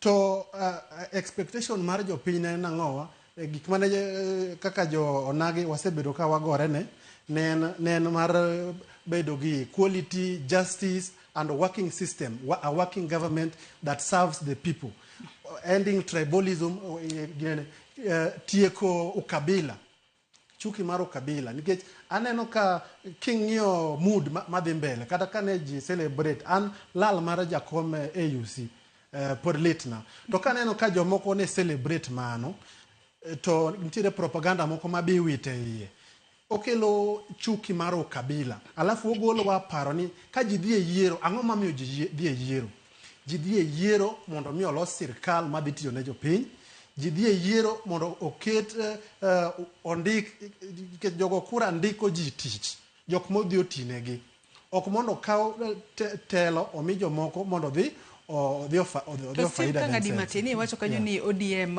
in korka kori pod ochunga kara pe nyalo bedo ni koro gibo bedo ka gichunga kara nyaka karango en pimo pi magidwa pimo pi ng'ama ng'e ni en predict tech en Raila Odinga sani en kodi kinyonge kodi kech ong'iyo nikech Raila ose survive a siasa for a very long time to en kamine no lale no onyalo duogo ka en gi pache moro koro an kama jakom nitiere kata ji godebe aneno ka Sifuna wacho kama to jo ODM gi be wacho kama Sifuna ang'e ni ok nyalo wacho gima Raila ok dwa no wach nikech an kaka nasebedo ja ODM sano ka ja ODM ne ojende keta abed jatelo mar political party ma pod gilos kaka party leader to ka nane ODM ng'ato ka nopingo owacho gima opogore gi gima jakom dwaro tineno ka yudhe osepong'o ofis no to ng'ane ni ting'e miyudo ka koti oyiech to long oyiech to owite oko to ka ng'ani pod ineno ka pod ginyiero gi mosore gi jakom omiyo ma en gima ng'iso niya ODM pok okawo a stable stand pod gipimo yamo to an advice manyalo kono ojende kane ji morengo gini Anyang' Nyong'o Raila Odinga ne gidonje siasa ka pod gin rowerni to rowerni masani owe bedo ni gin tich gi en liere geche waheshimiwa to gin ema gidhi yiero jogi to jogi chak kwalo gi en a chance kaka revolution mar Gen Z mano ogweyo oko finance bill ma 2024 ni Gen Z gin jok mosomo nyaka koro gin bende gichung' malo gi donje telo gi kawo telo e youth margi mondo gikel mabadiliko e ngima margi gi nyithindgi mabiro. Omiyo ojende koro nyakwa malo uwe kwayo siling 5 siling 10 nikech siling 5 siling 10 siling 100 mheshimiwa mino kiny yath onge osiptal idhi chulo 5,000 to ka yath ne nitiere samoro ni chulo mana buk mar siling 20 ng'amolal. Omiyo magi e kwan ma jopiny nyaka chak goyo gi wich mochieo. Haya, adwa nasoma ne ote moro achiel kende nikech anno ka wadongi dakika matin kende to atieko twak marwa Okinyi Makaw. To mana kaka isewacho kinde ma ipimo yamo bende wang'eyo ni Gachagua, Kalonzo kachiel kod Wamalwa bende pimo yamo gi sani. Injinia Lazaro Kanyambok nisa ni Joyce Oduor Kenya ma osebedo ka champion democracy kod peace in the entire Africa ok ber ka soil their democratic reputations by taking sides on African senseless conflicts. Odhi mbele kwacho ni wach mar Kenya host one of the Sudanese gorillas biro kethonwa pride as an island of peace. Okwaikore host additional refugees nikech lweny manono nikech kogika kara chiwo telo mar AUC to girwako e siasa mar religion. Sadwaro peace kod host refugees to gibiro chando wagi wacha. Kanga maridore no penjo otherwise jowa omaka stake magimako e sirikand Ruto ni kod 2 hands. Onge kama ondiki ni joluo emanyaka bedi opposition. Okuyu go kura to wan wa enjoy the fruit. Mano pach Engineer Lazaro Kanyambok mano talent. Mano Engineer Lazaro Kanyambok mar Kariobangi jamaguye Kanyada East. Ano kwa dong mana githuolo matin kende. Twatieko twak mar Okinyi Makawuono. Jatend duond bura mano mar Wiper Kalonzo Musyoka, jatend duond bura mar DAP-K Eugene Wamalwa, kachiel kod jalup jatend piny machon mano Rigathi Gachagua. Yende giromo ka koro gin bende wang'eni e kinde ma koro wanyalo wacho ni josiasa koro pimo yamo. Ging'iyo ni en kanye ma ginyalo yiengore mar mondo mi gilos kwetha ma kabeto gibro bedo ka gidhi godo nyake debe e yiero mar higa mar 2027. Te kinde ma magi duto timore bende liekore ni gitemo mar mondo mi gine kaka ginyalo luongo nyaka Raila mano e riwruoggi no mondo korka korgi gidwaro mar mondo mi gichung motegno mondo ka bernegi to seche moko jatend piny masani William Ruto kik doge telo mane higa mar 2027. Kata kamano wang'eni magi duto biro kaluwore kod kaka dwaro mar Raila mar bedo jakom mar AUC yande ogore Luanda. Ben kachako kodi riwruok makoro Kalonzo Kalonzo Wamalwa kachiel kod Rigathi Gachagua dwar losoni beno nyalo chung motegna dira bwane ka seche moko wang'eni kinde mathoth ka seche mag siasa sechopo to nitiere terms moko magijawacho nyalo yiengo pinya kose. Joyce en adier makende ne riwruok ma oting'o Kalonzo, oting'o Wamalwa, oting'o Rigathi gi ja Jubilee ni iluongo na Kioni. Waseneno ka giwuoyo matek kabisa ni gidwa keto position magine makoro gidwa kao telo e lwet William Samoei Ruto kendo giwacho ni gimiye ni en president mar one term. Adier makende ni mato gimok nyalre ka gionge gi teko mar Raila Amolo Odinga mana kaka iwacho. Kawa giwuoro ni kapok nyocha Raila odhi e election mar AU to gine kweth mabene ne gwe kabisa kendo ne goyo support machal ka gima ker mar Kenya ne miyo Raila Amolo Odinga. Kora diera nono ni koro nikech koro se kom cha odhi mowuok e lwete koro sante koro gidware kendo gidono bed kodi. Losing mar Raila AU no ken an issue mar Kenya kaka samoro jomoko dwani oketeno ni yo ker ni no kutiyo matek no koma jakom no komanyo kura matek jakom no manyo kura matek kendo kum ji adek mane chung ja Djibouti Madagascar gi jakom Raila Amolo Odinga ene mo wuothe pinje mang'eny molo pinje mamoko jok jochung mamoko but gicha ne en gik mang'eny odonje kaka winjo wadwa ni nose mention matin ne gin gige geopolitics gige religion kaka weche mag daw madhi East Africa kano chuogore ma jo Sadak ma jo South African blogi nodugo wewa mo odhi bathe kochacha.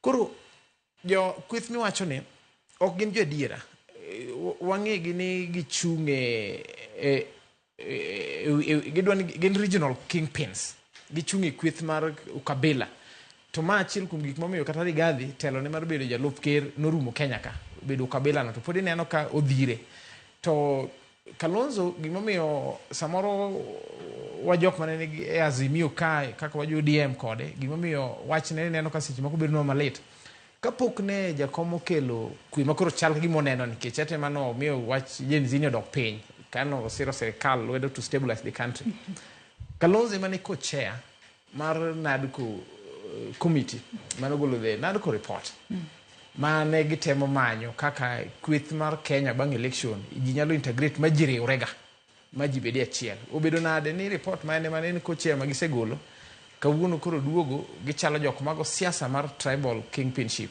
engineer wacho gimoro kanyo mawuode Kanyamkago ni oken ni wan joluo idwa mano ti kodwa sami manyo loch gi kweth mamoko kaka jo ODM to kwasemiyogi to wan egwewa oko an asiro kabisa ni ODM as a party ng'eni iwacho ni nitie kidieny mang'eny minyal nego oyieyo kopo ni manyo watelo ni osetamowa yudo one on one kaka wan mondo wafom sirikal onge gima tamo ODM timo kaka koro gitimo ni let them have a post-election pact kaka ne owadwa Meshak olieko chien kanyo so that our views gi ideas mag ODM mabeyo manyalo dhiro Kenya mbele oyudre iye kanyo koro ato kweth mar Kalonzo gi ne miwacho ni be uchung' motegno gi pacha to en gima ang'eni it's a passing wind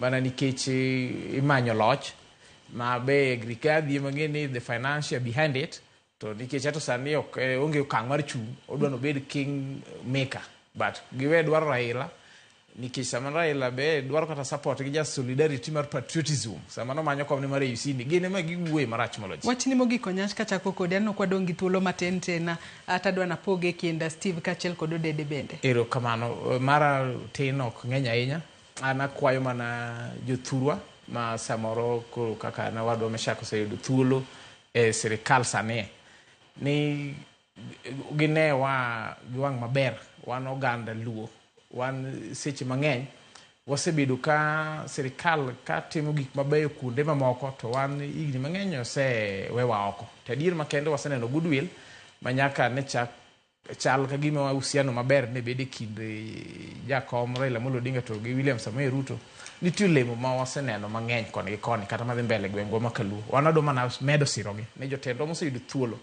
otiego kenge mabeyo maber mondo wagergo piny luo ero kamano Odede in korka kori paro mar Gachagua Kalonzo kachiel kod Wamalwa mano mar loso riwruog siasa mano motelo ne yiero mar 2027 kachiel kod temo gwelo Raila Odinga mar mondo mi oriwre kodgi mondo githul oko Ruto e kom higa mar 2027 kachiel kod wachne mogik ero kamano Joyce Mheshimiwa Eugene Kalonzo Rigathi Kioni and everybody else nigi demokrasia right margi mar riwore kendo mondo giping sirikal matiyo kata mondo gidwar kawo kom ma William Ruto betie gima ok ang'eyo en ni eiye kanyo ka giwacho ni mondo Raila Odinga riwore kodgi to Raila Odinga riwore kodgi e yo mane nikech wan kaka supporters mag Raila Odinga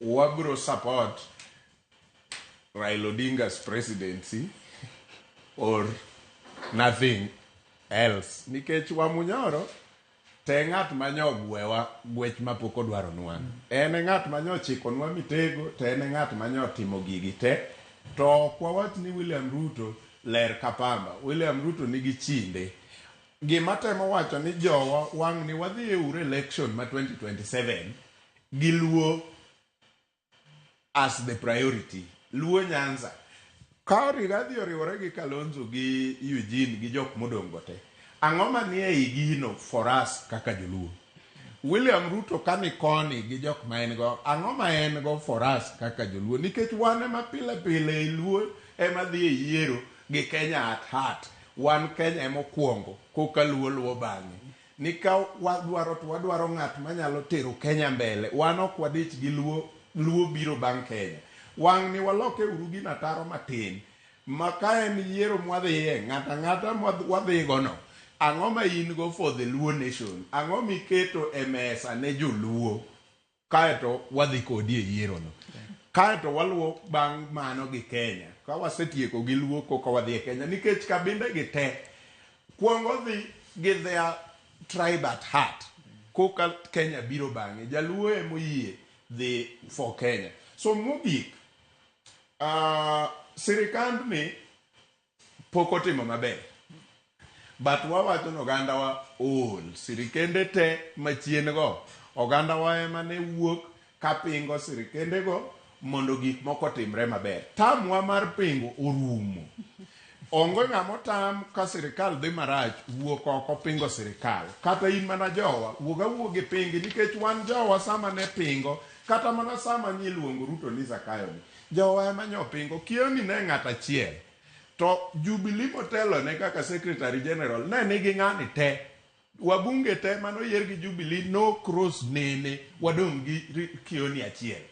Ere kaka dang' bed ni wan wadwa pingo sirikal to kioni achiel oromo represent the entire Mount Kenya e iwaka, to wan to wabiro oganda te koriwore gi jotendwa gi jolupwa. Wambe wawacho ni tamwa mar pingo sirikal orumo, mano ok nyis ni wawacho ni sirikal ber, sirikal rach kendo kwanan kodno, but wadwa bete kaka en no, in ka tekni to wuoga pingi wabe wa benefit chieng' moro, nikech ok ochuno ni wan ema nyaka wabed kwa pingo sirikal to aeto benefit to wate wabede mesa mondo wapog. Steve, wach ni mogik mana mapiyo piny mana gi nyiriri 30 thuolo marwe morumo. Erokamano, an gima nyalo wacho ne nyikwara Mugajwang' en ni kapod wadhi mbele gi siasa mar ukabila, kik wa expect change, kik wagen ni lokruok dhi bedo maber. To ka wadwa go siasa mar ukabila, pod wa expect the worst, nikech sani kata kiwacho ni koro wan wa joluo, MP wa ma joluo timono wang'o, governor wa ma joluo timono wang'o, gikwalo pes jopiny. Sani onegore wabed gi gimoro mane Elon Musk oloso maluongo ni DOGE, Department of Government Efficiency. How efficient are these our governments? Can they showcase example ma dak gitang' no example mar gima gidwa timonwa ka ker obedo? Nikech kata bed mane Raila pod en ker, pod gima timore piny ka is still the same. Koro weaponization of legislature, judiciary to the executive to do the will of a single elected executive oken system madhi konyo as a nation. Omiyo kura 700 manokogo mar joluoni nyaka wabed accommodative ne political parties mopogore, kaka koro Pan-African Renaissance Party, ODM party machielo bochakubi, mondo mi kata ka bed ni ng'at adhi chung' ker, samoro party mamoko gi ok gidhi keto jatelo mar president, ka kura 700 gigone joggi mar president gidhi gone ng'a.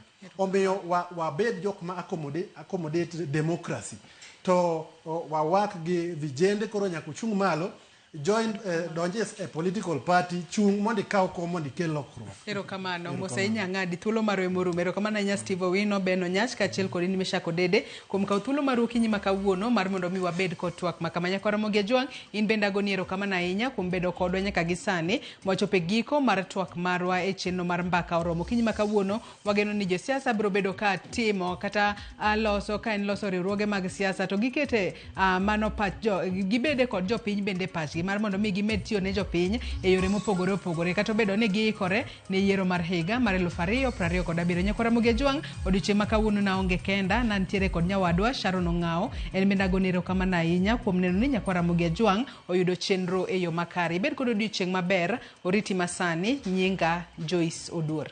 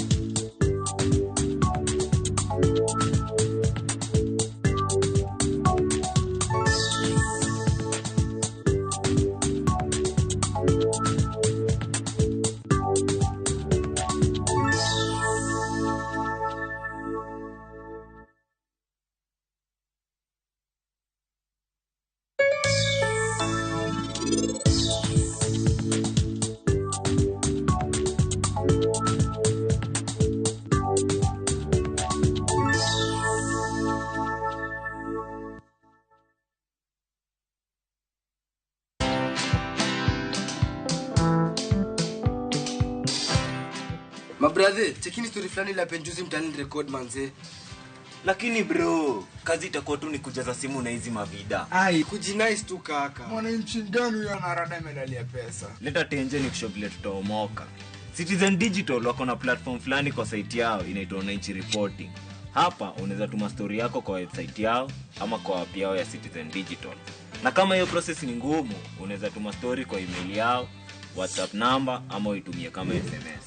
Alafu gani napataje bro? After story yako imepublishiwa, hapo ndo una receive 1000 kwa simu yako. Bro, au umenichanua. Don't just witness the news, be part of breaking it. Download the Citizen Digital app and share your story with Wananchi Reporting today. Citizen Digital.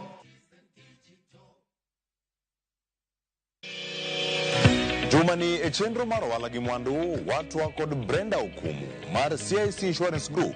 Wamiyo jigi milongo ni investment kae wakao pesa ni tuanyuoloni twaloso ni mwandu kikiwe online kwa wacho ni wanodo mana timo mar duka kende ingeni wadhi mana serve jo umoja kende to sama wane wangui kacha chande waserve nyaka jok maonge Kenya.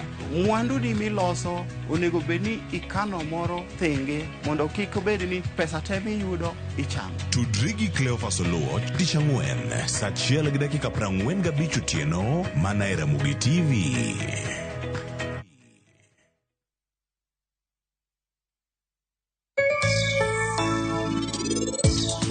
Penj laktar ko kale Ramogi TV ngima en mwandu iluonga ni Ruth Otieno kendo en ga morna mar bedo kod odiechieng. Kidwa yawo duka gima nyaka kuong ing'i en location. Aluora man kanyo no bende dhano nitie.